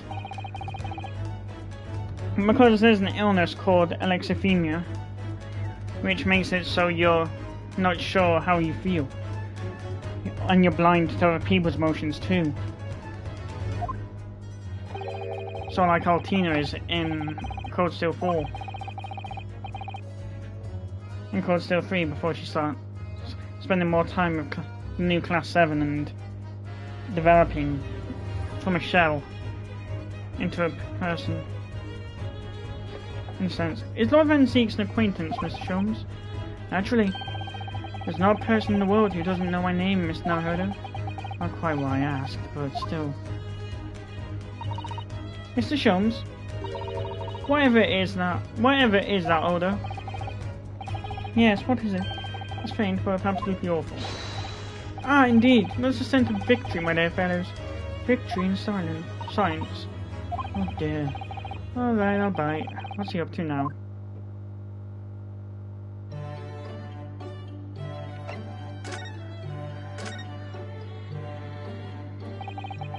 Lord Balk Van Zeeks. Yes, it's an interesting sobriquet he has, isn't it? Reaper of the Bailey.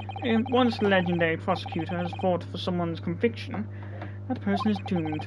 Even if he or she is found not guilty by the courts, sooner or later the hapless soul will vanish from the capital. Now vanish how exactly? By falling under a passing carriage, or drowning in the Thames, or succumbing to a sudden fever, or by out of the blue being set upon by a highwayman.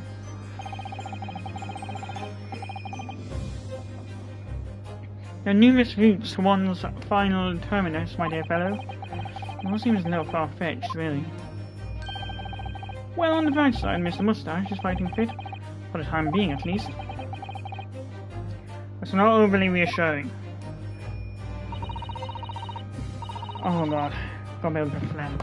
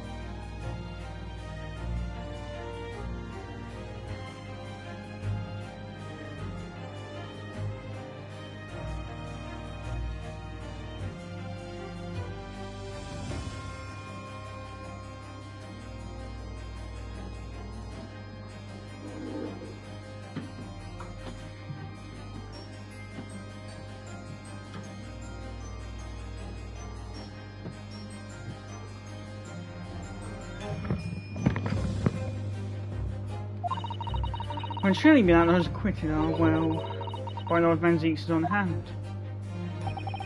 As it happens, Mr. Sato, that is quite impossible. Oh, why? Naturally, the man very quickly came under such suspicion. However, whenever these incidents occurred, the Reaper always had a cast-iron alibi. Really? And so his reign continued, but 5 years ago, he vanished from the courts, never to appear as a prosecutor again. That is, until you arrived in the country, Miss Naruhodo. Yes, I've heard. In fact, it was the very day I arrived. I was thrust into that trial at the Old Bailey, a bit of fight to the death, coincided with the Reaper's resurrection. It really did end bitterly indeed. And here you are, facing Mr. Reaper again. Poor Runo, I don't know if you're just incredibly unlucky, or incredibly unlikable. I think it goes deeper than just me. I sense a general loathing of all Japanese people.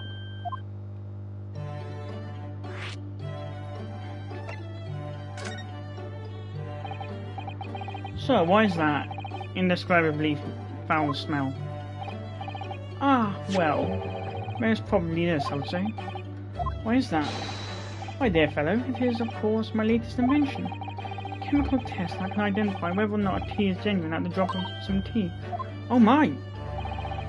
There are some unscrupulous sorts manning the stalls along some of London's less frequented streets. They regularly sell what purports to be a high-quality tea, but is in fact merely dyed leaves of drab flavour.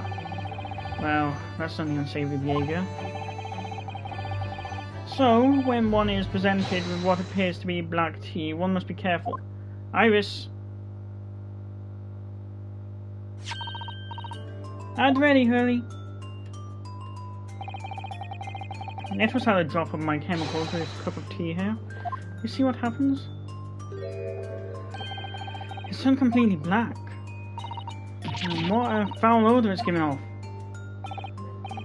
Indeed, the blacker the tea becomes and the more foul the odour, the better the tea is. It would appear that this cup was particularly fine Darjeeling. That's very ingenious, but what do you do with that black liquid now? Why, dispose of it naturally. Surely you wouldn't like to drink it, would you? There does seem to be a rather obvious problem with your new invention, Mr. Sholmes. Hence why this chemical test is merely a test, my dear madam. Right. The point is, we are entering a new era of science. In the world of criminal investigation also. Yes, forensic science. Oh, these are such exciting times. Wait, this is around the time forensic science came into play.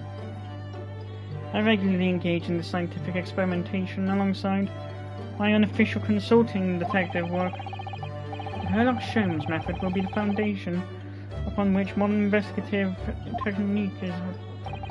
What? This little tea indicant was a happy byproduct of my ongoing forensic science research. Forensic science? I suppose I should find out more about now.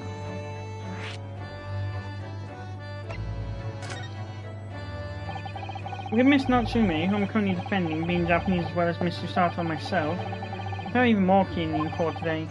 For some reason, Lord Van Zeke seems to have an inherent disdain of the Japanese. Indeed. It's an interesting observation. Do you know something about it? Do you, Mr. Sholmes?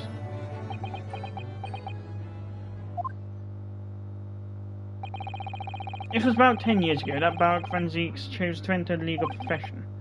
However, before that time, the young man's closest companion hailed from the Empire of Japan. No! What the? Tell us more, Mr. Sholmes. What happened? I believe I've made it clear before. I'm unable to tell you anything about the affair. Oh, but...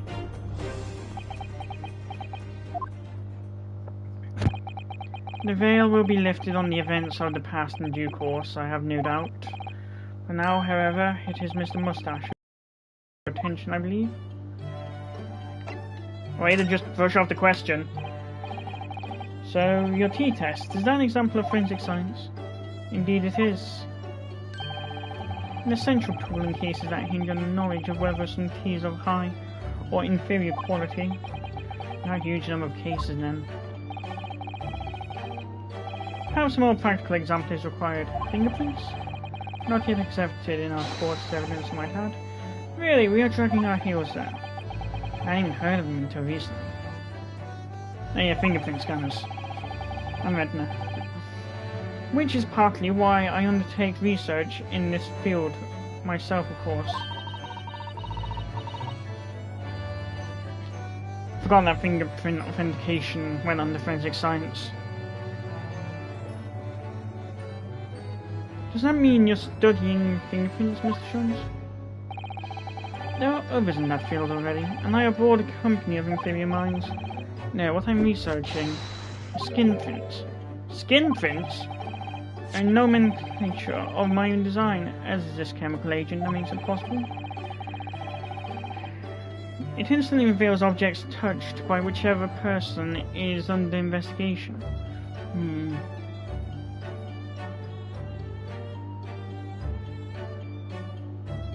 So yeah, basically, fingerprint recognition. Really, Mr. Sholmes, as long as it doesn't turn everything completely odorous and black. I assure you, my dear fellows, you will witness my forensic talents in action very soon indeed.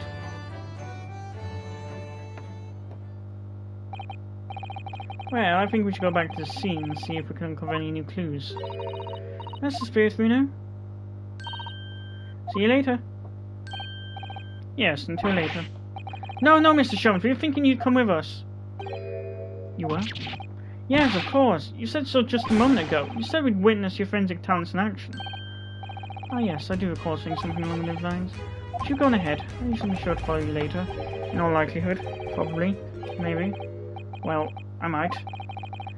Your commitment astounds me. Oh, thank you, Mr. Sholmes. We'll eagerly await your arrival. Bye-bye, Rune. Bye, Susie.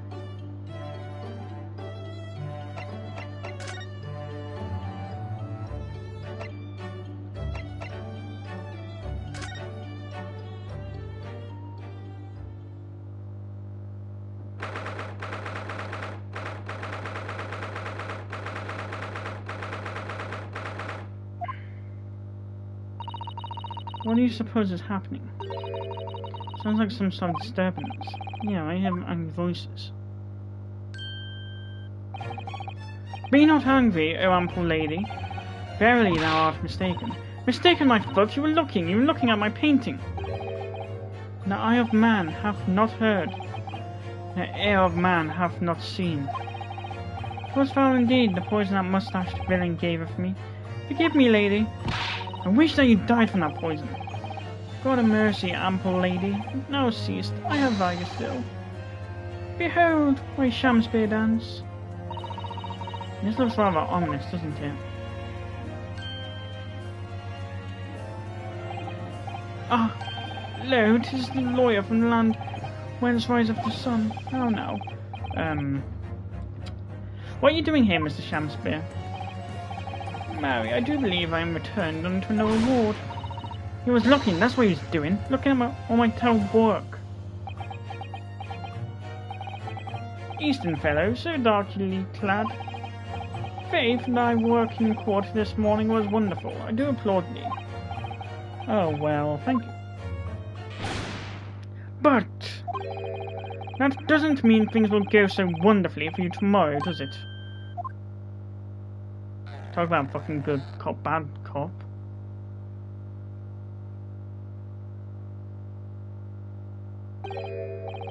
I know, nixunt.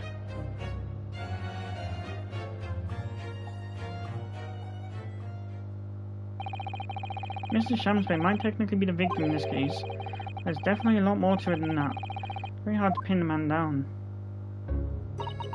I'm so sorry. I'm such an awful person. Ah, Miss Green, is everything alright? Oh, yes. I mean, don't worry about me. They're about to discharge me, so I must get ready to leave now. Oh, I see. With lying that you'll soon be well enough to go home, Miss Green. Oh dear, you're too kind. I don't deserve it.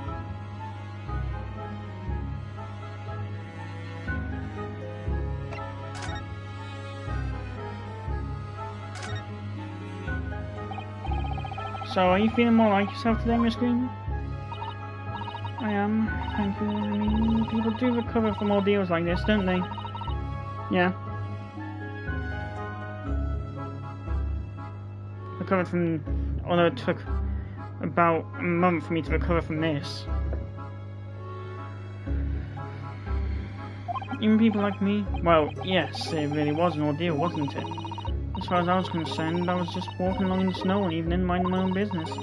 And then, completely out of the blue, I was struck in the back by a knife and collapsed unconscious for days. Of course, when I finally woke up again yesterday, the whole business had been cleared up already. What a terrible week it's been for you. Oh no, I'm sure I'm very lucky, really. I look back on this fondly. Really. Anyway, I must be getting my things together now, so I'm ready to be discharged. Oh yes, of course. Sorry to take up your time when you're obviously busy.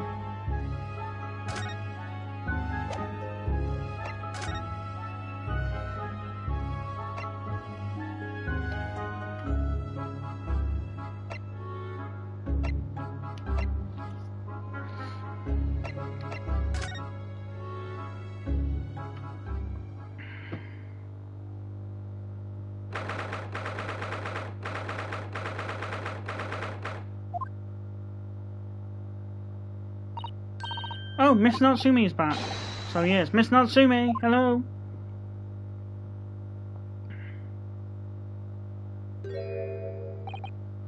I'm a cat. Sorry? I don't know who Miss Natsumi is, or her Lockshomes. I don't know about courts or trials or bailies. I'm a cat. That's what I am. Just a cat. Miss Naruhodo, he's trying to escape from reality. Trying to? He already has, completely. So, what is your name then? As yet, I have no name. Miss Naruhodo, he hasn't fully thought out his new identity yet. Maybe it's not too late to bring him back to reality. You think you could open your eyes for us, Miss Natsume?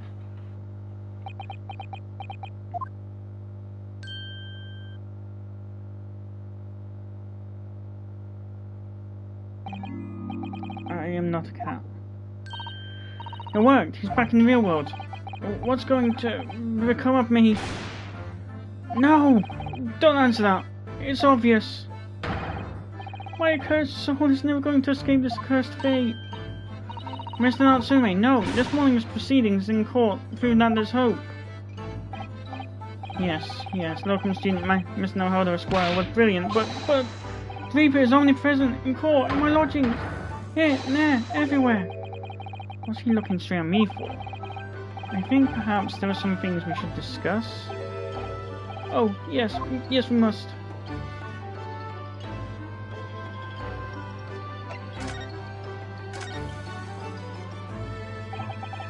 In my whole life have I ever been so moved as I was today? No. Of course, if I cast my mind back, there were perhaps one or two other occasions that moved me more. But if I just blocked those out, then today being in that courtroom was the most moving experience of my life. Locum student is no Esquire. You're too kind. Scotland Yard found the remaining tea just as we deduced and are analysing it as we speak. There's nothing wrong with that tea. They wouldn't find a drop of poison in it. That's a... Solon, Swan, Soseki, certainty. Tell me, did you both drink the tea at the same time that night? Most definitely. Remember, drink tea while it's hot. We both poured it down our throats like it was a hot bath for our bellies. And at the time, you were both completely fine. As shown by the fact that he and Mr. Shamspeare then engaged in the Romeo and Juliet match. I suppose the focus of tomorrow's proceedings will be how the poison was taken by the victim then.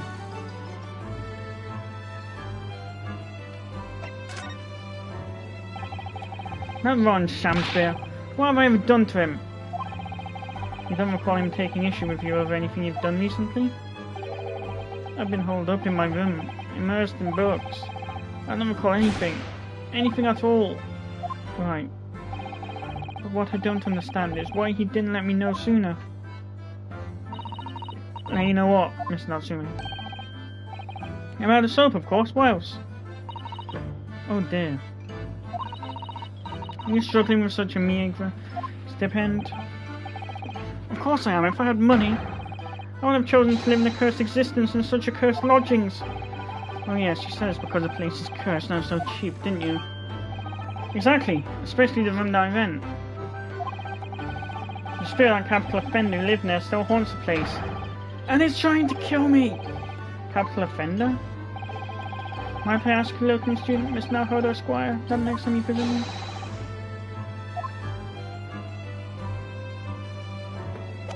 What?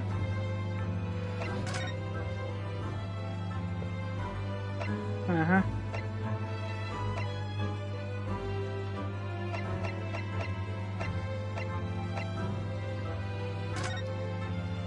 Susato, this isn't the time for fangirling. 22nd February. Miss Natsume's lodgings. Ground floor. Oh, hello again, Inspector Gregson. What are you doing here? Well, we were hoping to have another look around, actually. The lawyer representing the defendant has the right to examine the scene, as I'm sure you're aware. Yeah, I know the score. Oh, yes, one other thing.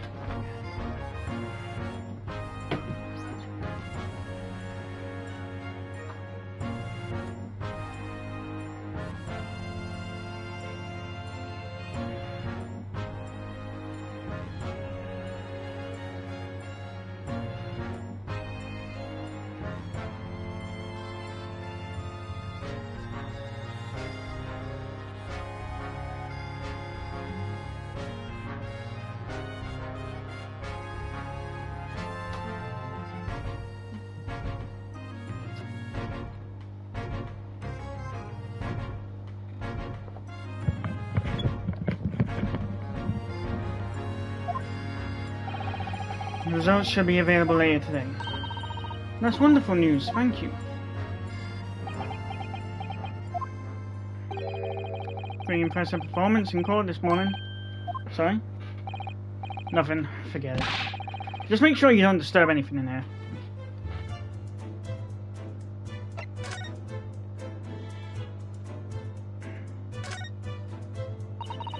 So it turns out that Mr. Shamspeare wasn't eating the soap at all. That's right, the mystery of why he had it on a plate whilst holding a fork in his hand is solved. Yes, the prize's latest ice cream out of its mould. And in the process, he accidentally broke the bar of soap in two. So it was hard to imagine, let alone deduce. If you ran out of change, you wouldn't even have any right.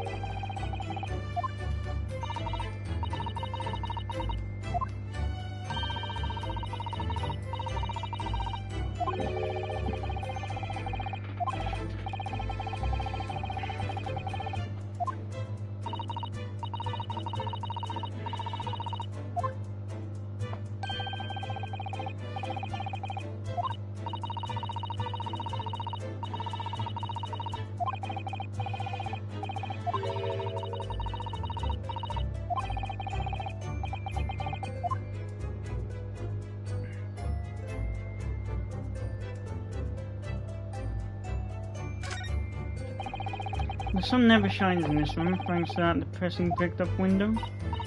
Yet, with enough determination, you can always remove the bricks to set up some soap outside, can't you? That sounds like a very wise life lesson, Mr. Sato. Only if you plan to follow life of crime, Miss Naruto. Mr. Sholmes, what are you up to over there? What a question indeed. Was it not your good self? You asked me to come see? Oi! What are you doing here, Jones? What are you up to over there? What are you doing here? Dear me, once a great detective, one is always under scrutiny, it seems. Is now the time, Mr. Sholmes? Are you about to show us your forensic talents in action as you promised? With the greatest of pleasure, my dear madam.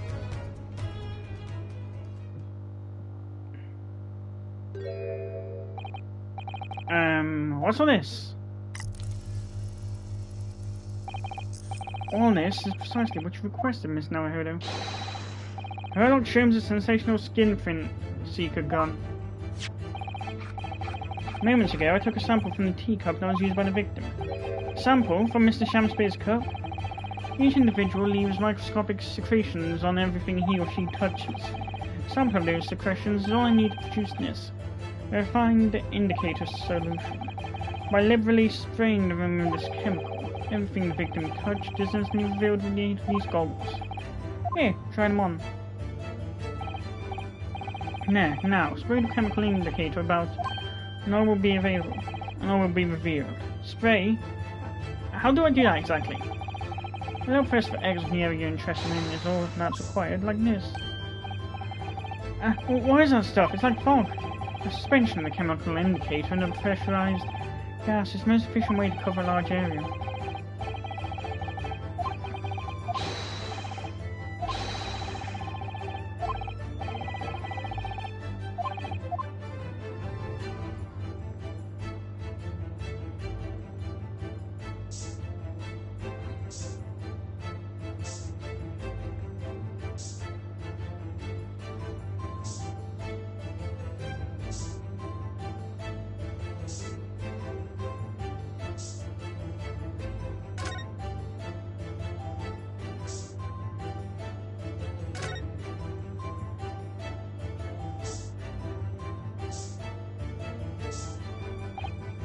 Oh, look at all this here. Ah yes, interesting. A multitude of the victim's handprints. Why are there so many of them on the floor in this one spot? Oh, perhaps he had a bad fall just here. There's nothing obvious that would have tripped over though, is there? I wonder.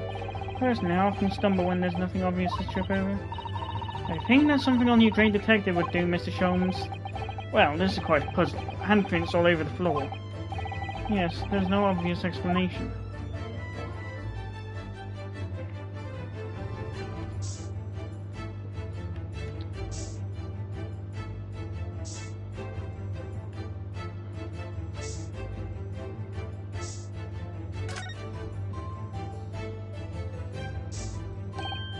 Look, there are dozens of handprints here. So there are, a great many indeed, so much so that it's hard to make out any one individual print, in fact. It sends a chill down my spine. For real. Perhaps he was leaning against the wall while he admired this picture. Unlikely, I would say. It's a rather dull scene, after all. And without wishing to say the obvious, you wouldn't generally admire a picture from such close quarters, I feel. Oh, very true, Mr. Sato. Bit of a mystery, then.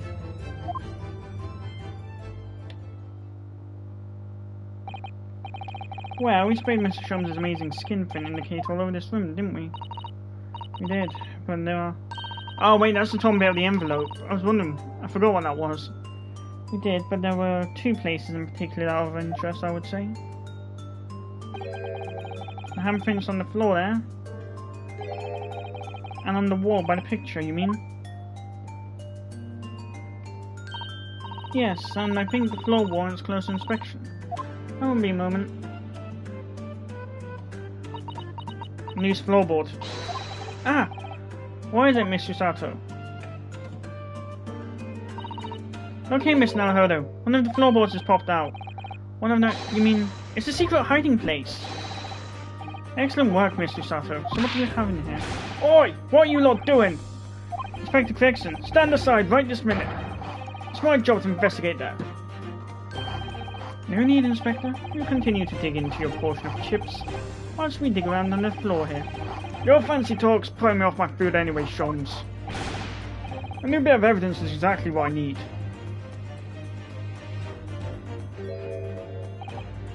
Wow, secret hiding place on the floor. What a find. It's not a hiding place you could make use of in Japan. I don't think I could lift a short tatami mat.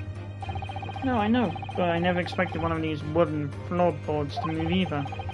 Got me wondering about the wall over there too. Are you curious? Oh, I'll investigate once.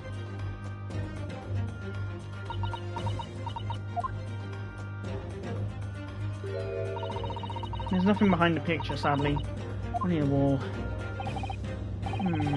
How disappointing. Then, how do you explain the handprints? I really can't think why anyone would have been touching the wall over and over in one place like that.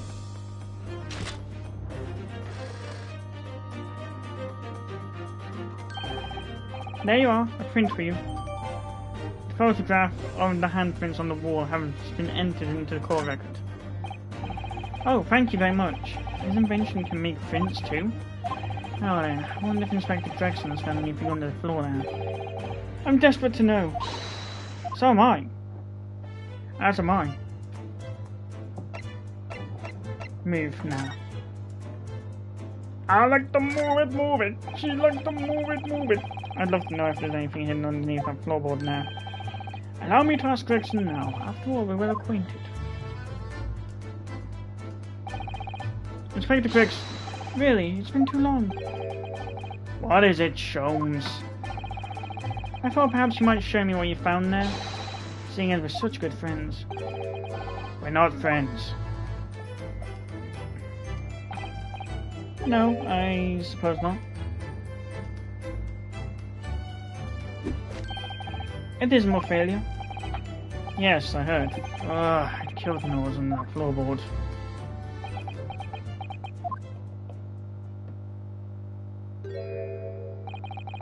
Alright then, fair's fair. What? You did discover the hiding place after all. I suppose I should at least throw you in. Really, Inspector? Thank you. Do it quickly, my dear fellow. If there's one thing I know about this man, it's that he blows the wind as fickle as the weather. Oi! Stop making me out to be some kind of nut! There are 3 items on the floor here. A newspaper clipping, a photographic print, and a tin box. Now, what do you want to know? God. I saw him like one of those characters from a knockoff soap opera. Looks like this was cut out of the paper about 3 months ago. It's about a convict who got sick and died while he was serving time up in Manchester. Manchester! What, a Mancunian bread? How terrible. Was it Radcliffe? Lancashire? It made the headlines down here in London as well. The bloke had been sentenced to death, you see, but nature got him first. Oh my goodness, he committed a capital offence? A man by the name of Selden, nasty piece of work into burglaries and murder. They say the hoard he'd knocked off was worth about £1,000. A hoard of treasury? Jewellery and the like, but he'd hidden it somewhere, and no one knows where. And now he's dead. The papers loved it, of course. £1,000 lost en route to hell, or some such was the headline. Does it not strike you, though? Why such an article would be so carefully ensconced under the floor?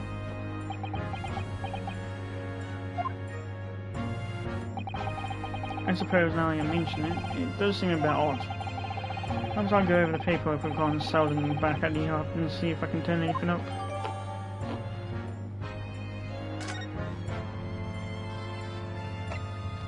Photographic print. So this is the photograph I found. Looks reasonably recently. John and someone else. Yes, it would appear to have been taken on the street in front of the house here. And the gentleman on the left is Mr. Garadev, and the landlord, of course. Who's the young man on the right?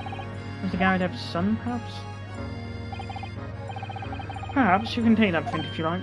Really? Are you sure? We can presume, therefore, that the yard already knows the identity of the young fellow, that is. Ah! Is that true?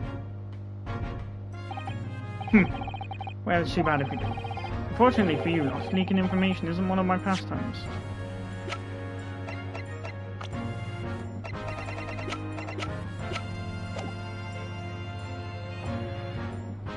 Sholmes, get Iris here. My dear Inspector, if you may be so bold as to point something out. Pastimes are for one's leisure, and this is for work. All the more reason I'm not telling you. A dismal failure. Yes, I heard.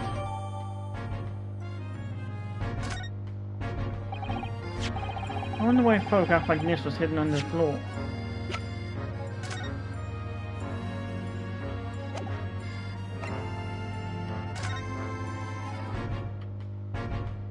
Manchester's Strange Ways Prison. Was that closed down in 1900s?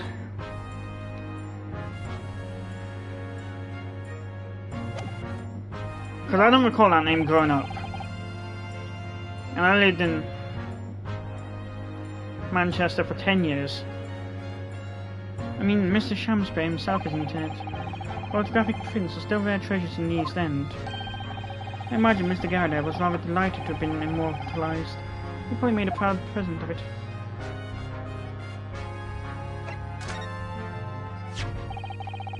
Now this tin box looks interesting, doesn't it? Might I suggest, Inspector, that you open it? Oh, meanly surprised. Yeah, funny. It's completely empty. What? Shamsbury, give us a clue, man.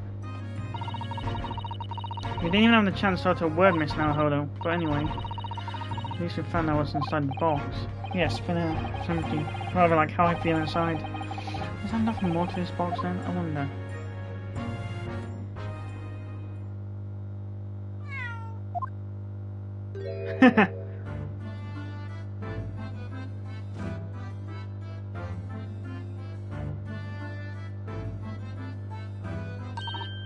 Oh look, it's that lovely little kitty cat. What's its name? It's Miss Natsume's, isn't it?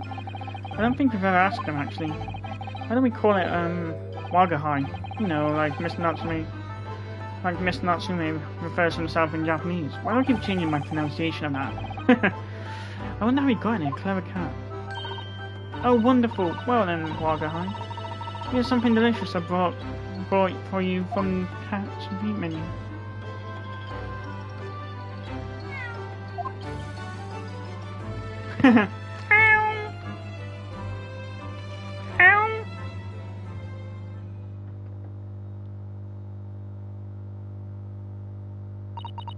You couldn't be happier now, look. I just hope he can bring some happiness to his owner, too.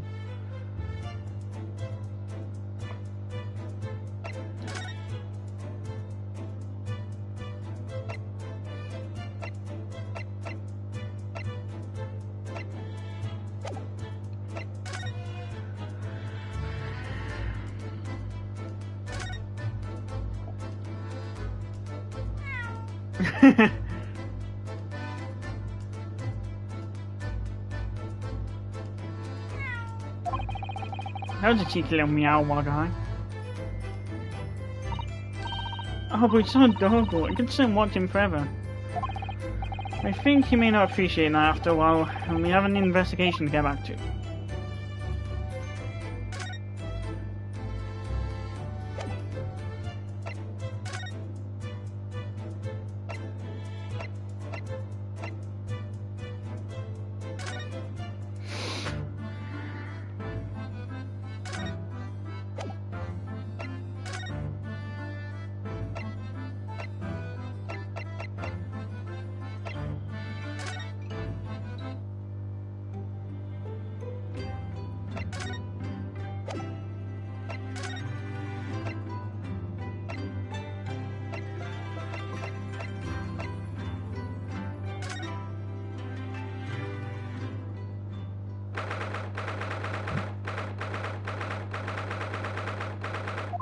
I wonder if you can... Nope.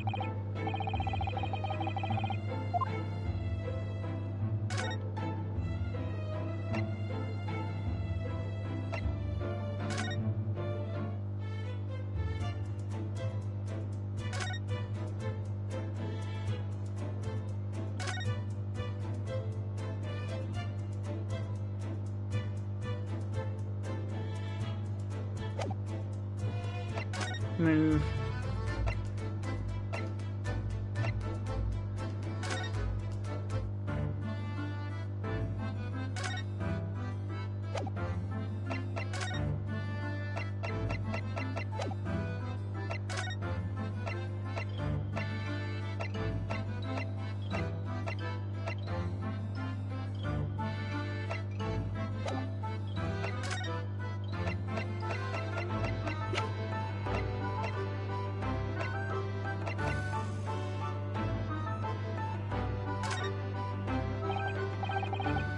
Miss Natsume? It's nothing much, but... Ah, it's been too long since been offered a present without delightfully humble. What? You're too kind. I accept it gladly. Sorry, but I wasn't trying to give it to you, actually.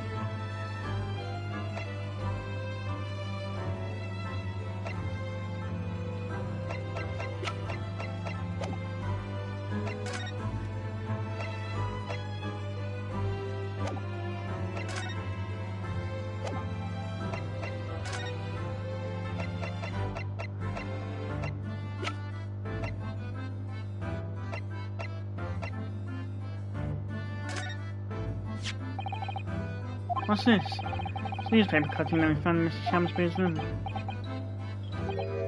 Ah, so you knew, did he? Sorry? About this man, Selden. Convicted killer, an evil spirit behind the curse that afflicts my lodgings! What?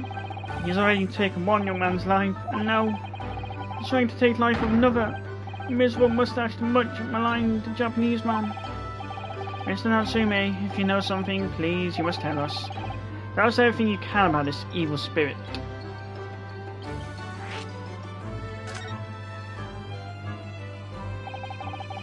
The truth is, I didn't know the details myself until very recently. That Selden man was arrested about a year ago now. At the time he was hiding out in lodgings at Mr. Garadeb's house. What? You live where you do now? That's right, yes, exactly where I live now. In my very room. Oh my, your room was previously occupied by a criminal found guilty of a capital offence. But before his sentence could be carried out, he died in prison. That was 3 months ago now. And that's when it started. The curse! What really is this curse you keep mentioning, Miss Natsume? It's already caused one death, a few months after the criminal passed away in prison. A man died in the room, the man who rented it after Selden, in fact. The poor lodger. He was found dead in mysterious circumstances.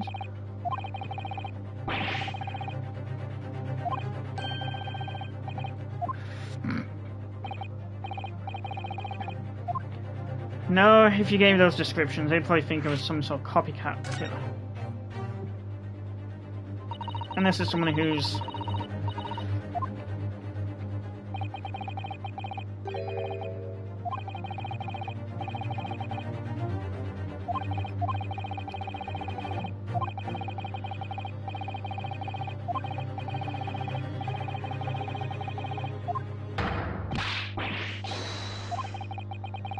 looking for Mr. Garda, maybe, but not so lucky for poor Miss Natsume. And now you believe this curse is affecting you. It is. At first, I just felt as though I was being watched. All the time. And then you talked about having nightmares, didn't you? They're trying to take me with them. They come for me and try to suffocate me. Just when I'm struggling to breathe, I wake up. And the room is as cold as ice. But why is your room so cold? London winter's too cold to bear without heating overnight. For some reason, even though I light the stove before I climb into bed at night, the pilot light always goes out and the room fills with gas. But that's terrible! It's exactly the same situation as what led to the previous occupant's death. And then there's what happened to Mr. Shamsbury last night, when he was mysteriously poisoned. There's clearly more to that incident than can be explained by curse, though. Whatever can be the cause of all these strange happenings in Mr. Garadeb's rooms?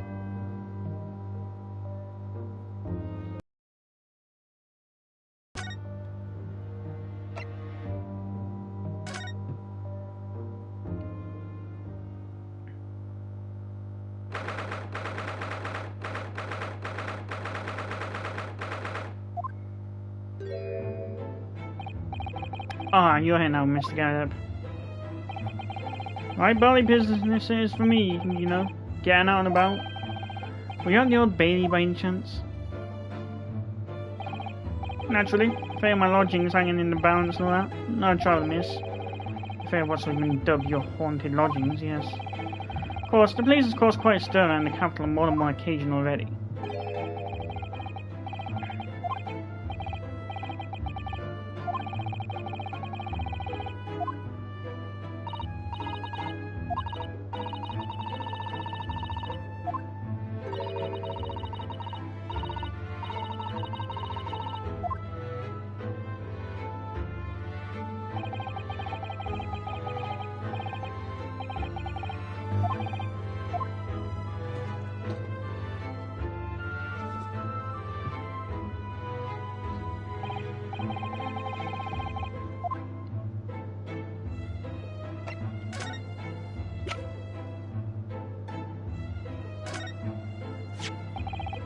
Mr. Garadeb, could I ask you to look at this photograph?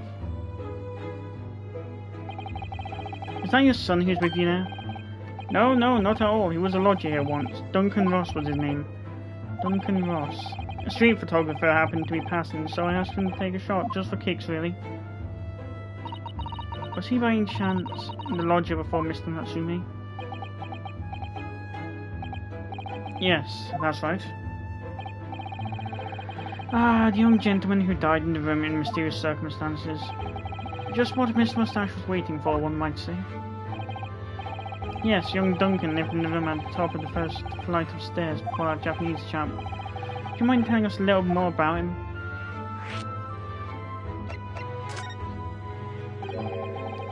Some fishy fellow from the Far East and a failed actor chap of questionable character, eh? Yes, the house does seem to have become something of a magnet for rum fellows of late. Thanks for that bally curse. Convict's curse, you mean? Ah, heard the stories, have you? The rotten scoundrel was arrested here. The next chap in the room goes and kills over. And there was that woman who dropped dead just outside on the street. Not to mention the actor yesterday. Why next, eh? Well, can't help but get the collywobbles, can you? When you say the woman who dropped dead outside on the street, do you mean Miss Green? Because Miss Green, who was stabbed by a knife, and Mr. Shamsbury, who was poisoned last night, are both very much alive still. Yes, well, so is that blasted convict's curse, it seems. Personally, I should be quite content with such lodgings. A bath, a toilet, a fireplace, a fascinating history, Why? It sounds like the lap of luxury. I'm not so sure about that. Well, there's no bath or toilet included, and no fireplace either. But you do look out for your tenants, don't you? By watching the rise and fall of the flames in your gas lamps up here. Yes, never hurts to keep an eye on things, in case there are any mishaps or such like. I think you've had your mishap already, sir. That's not helpful, Mr. Sholmes. Heaven forgive me, and the words just came to my lips.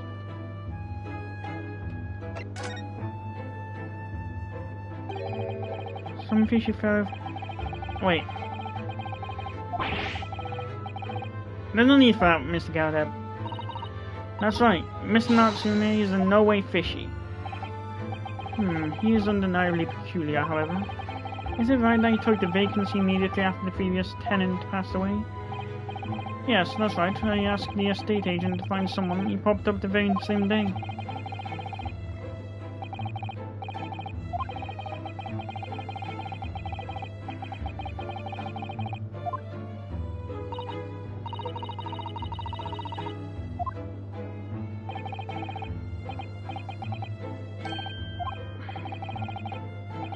Three months since Shamspeare.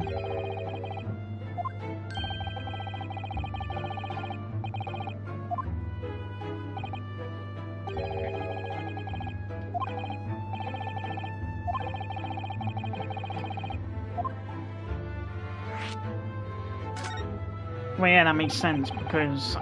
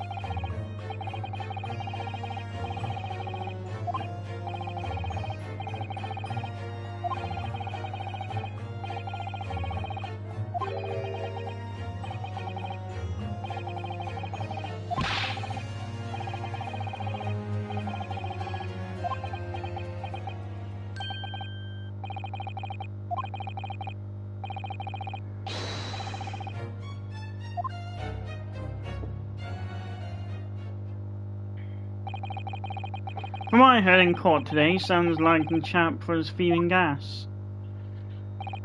And he was 3 months in arrears with the rent too. Yes, the fellow was a brawly player, alright. Thank you for your candor, Mr. Galdep. We're most grateful. By way of appreciation, allow me to say 1 or 2 words. Give me my robe, put on my crown. I have immortal longings in me. What happened to you? Shakespeare, my dear fellow, one of his most famous lines. I wish to divulge my own learning of this subject, for I have a turn for literature too, you know. Perhaps you could turn your attention to more apt lines then?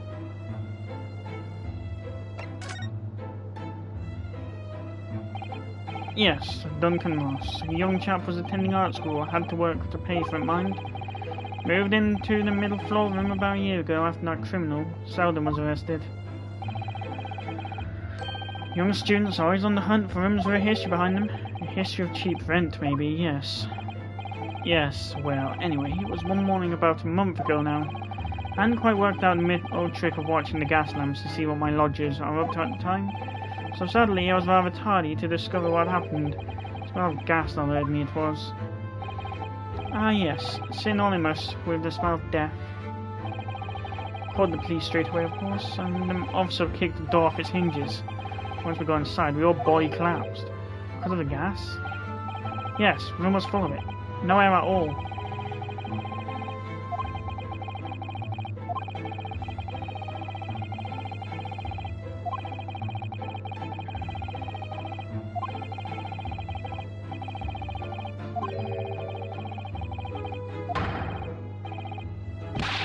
No, I'm pretty sure it's Shamspeare. Someone's feeling defensive. Ah, that reminds me actually, yes. About young Duncan, the night before the poor chap perished. You've been writing a letter of affection to a young lady. A love letter, you mean? Yes, where did I put it now? Ah, here it is. Left it on my desk.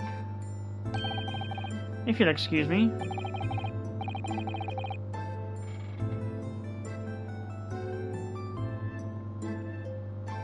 Let me see now. What does it say? I'm not too good with joined up writing. To my most beautiful and charming sweetheart.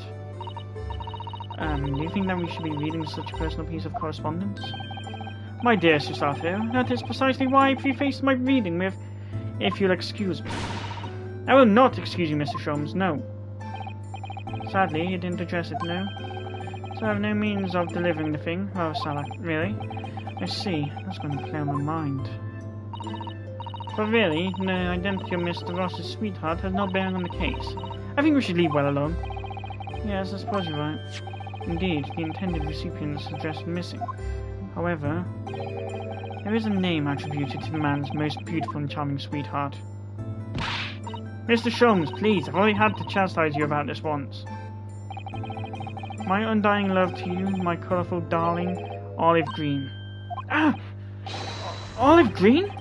The woman who was plunged into a coma after a knife plunged into her back outside this house 5 days ago? The victim of last case Saseki-san was in court for, he regained consciousness only yesterday. Is it just chance that our name has come up now? Could it possibly be mere coincidence? Mr. Naruhodo, whatever can this mean? Reading personal correspondence can have its merits, you see, Mr. Sato.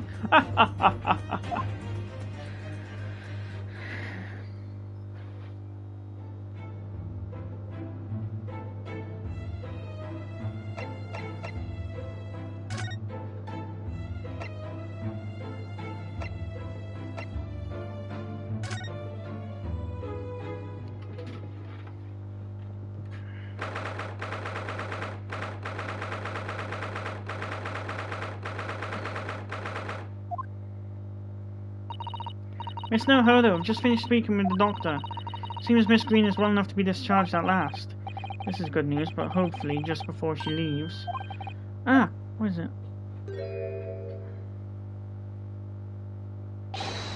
Miss Green!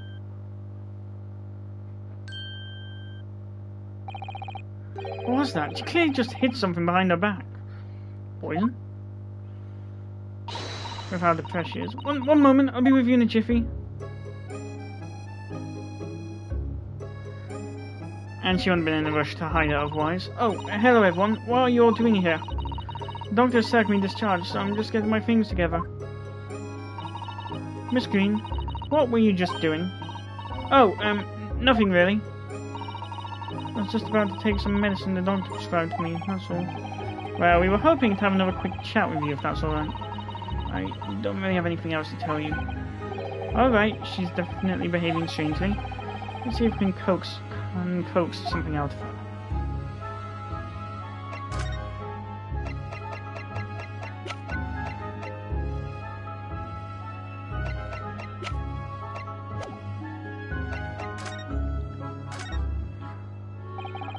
It's wonderful news that you're going to be discharged, Miss Green. Oh yes, thank you. Once people are better, the hospital staff don't want them lingering and wasting space. Not people like me, anyway. So I don't think I should keep anyone waiting. I probably shouldn't stand around and chat. She certainly doesn't seem to be in the mood to talk, that's for sure.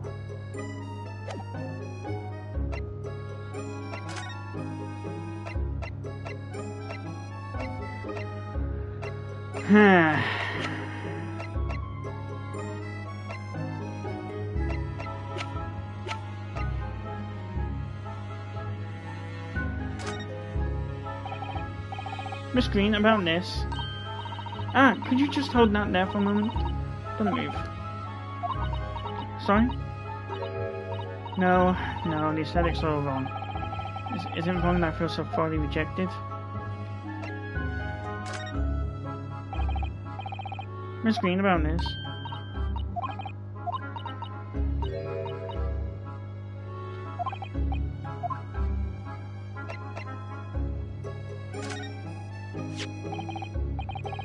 Miss Green, we were hoping to ask you about someone.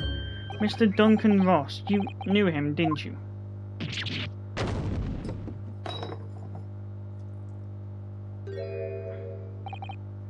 Oh no, I'm so sorry. The bottle of medicine fell down when she did. Oh, Miss Green, are you alright?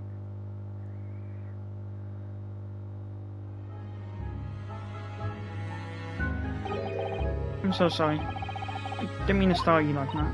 No, it's alright. I just wasn't expecting it. But how do you know about Duncan? Mr. Ross had been writing a letter when he passed away. The landlord found it in his room. It was a very personal letter to you. It was at the art school. That's where I met Duncan, a year ago now.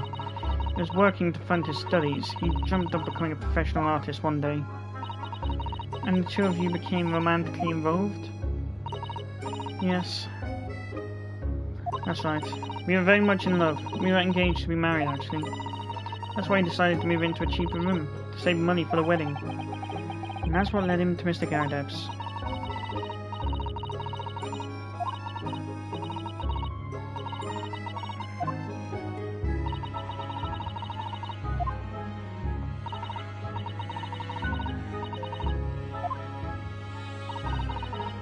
Poor Miss Green. She looks desperately sad. I'm starting to think that's just her luck.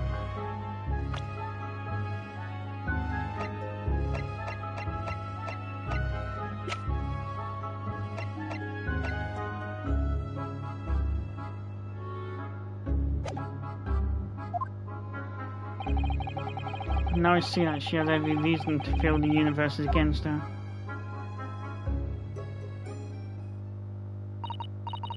I do hope you won't think I'm being rude, but would you mind leaving me in peace now? I have to leave the hospital soon.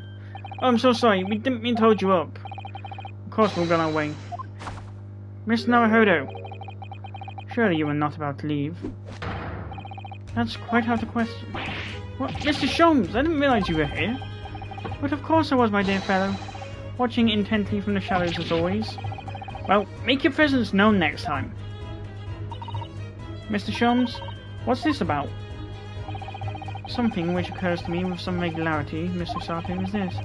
Why do detectives insist on such an ex post facto modus operandi?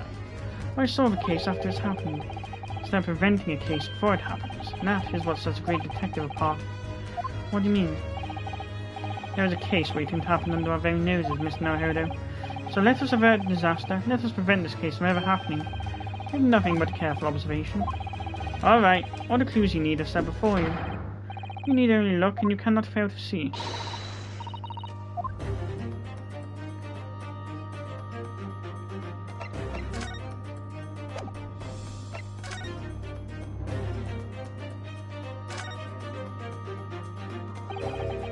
That mouse seems to be dead, look. I didn't notice it there before, did you? I think perhaps it drank the medicine that spilled out of the bottle. But that's the bottle that Miss Green was about to drink from when we arrived. You don't think... Ah, I see you've come to appreciate the true nature of this scene. That of a tragedy about to take place. Yes, I think it's falling into place. Miss Green, the contents of the bottle you had before has spilled out on the floor, and the poor mouse that drank it sadly died. Ah! I think it's clear that the bottle must have contained a powerful poison.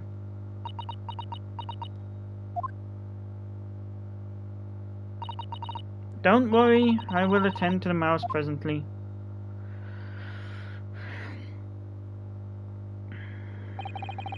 Miss Green, were you intending to go the same way as that rodent? To take your own life? Ah! Once we'd left, you would have put it to your lips again, wouldn't you? Taking the poison. No! Miss Green, please talk to us.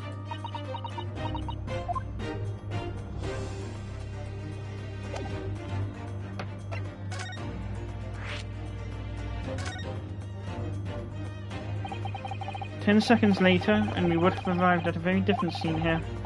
In all probability, we would not have enjoyed this most delightful conversation. Of course, perhaps it hasn't been quite so delightful from your perspective, Miss Green. Actually, in a way, Now that everything's out in the open, I feel like a weight has been lifted. Tell me, how did you acquire that medicine? Well, this being a hospital and all, and the doctor comes to examine me in the mornings, he always leaves the medicine cabinet open for a while, so I snuck this out when he wasn't looking. Conspicuously lacks a label. I wonder what it contains. I'm afraid I don't really know. But I thought if I drank it, it might just stop the pain somehow. Oh please, Miss Green, don't talk of such things. Well, it seems clear now that it contains poison. Yes, that poor little mouse is proof of that. Oh no, oh, it's all my fault. What have I done? I shall remove this from my office, Miss Green. I take it you have no objection? No. None.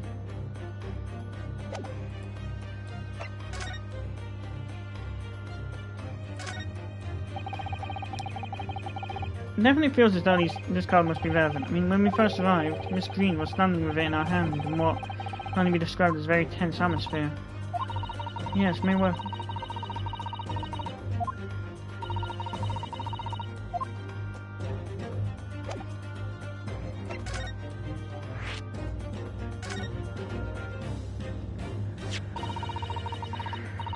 Neither the sender's name or address appear to be written on the envelope of this card. Bingo! There's where the other part of the envelope's from. It's arrived by post at my home the day before the incident that put me in the hospital here. I have information regarding the death of Duncan Ross. Come to the Slug and Salad on Briar Road at 5 PM on 17th. Don't tell anybody else about this letter or the meeting. It is a matter of utmost importance. Wait a minute. The 17th of this month? That's the day you were stabbed on Briar Road. And 5 PM is precisely the time when the incident occurred. The Slug and Salad, yes. A pub on the northern corner of Briar Road. Briar Road being the street that Mr. Garadev's house is on. Does this mean that... Yes, I'm sure you've guessed. That day, when I was struck in the back by a knife, I was actually on my way to the Slug and Salad. And fell.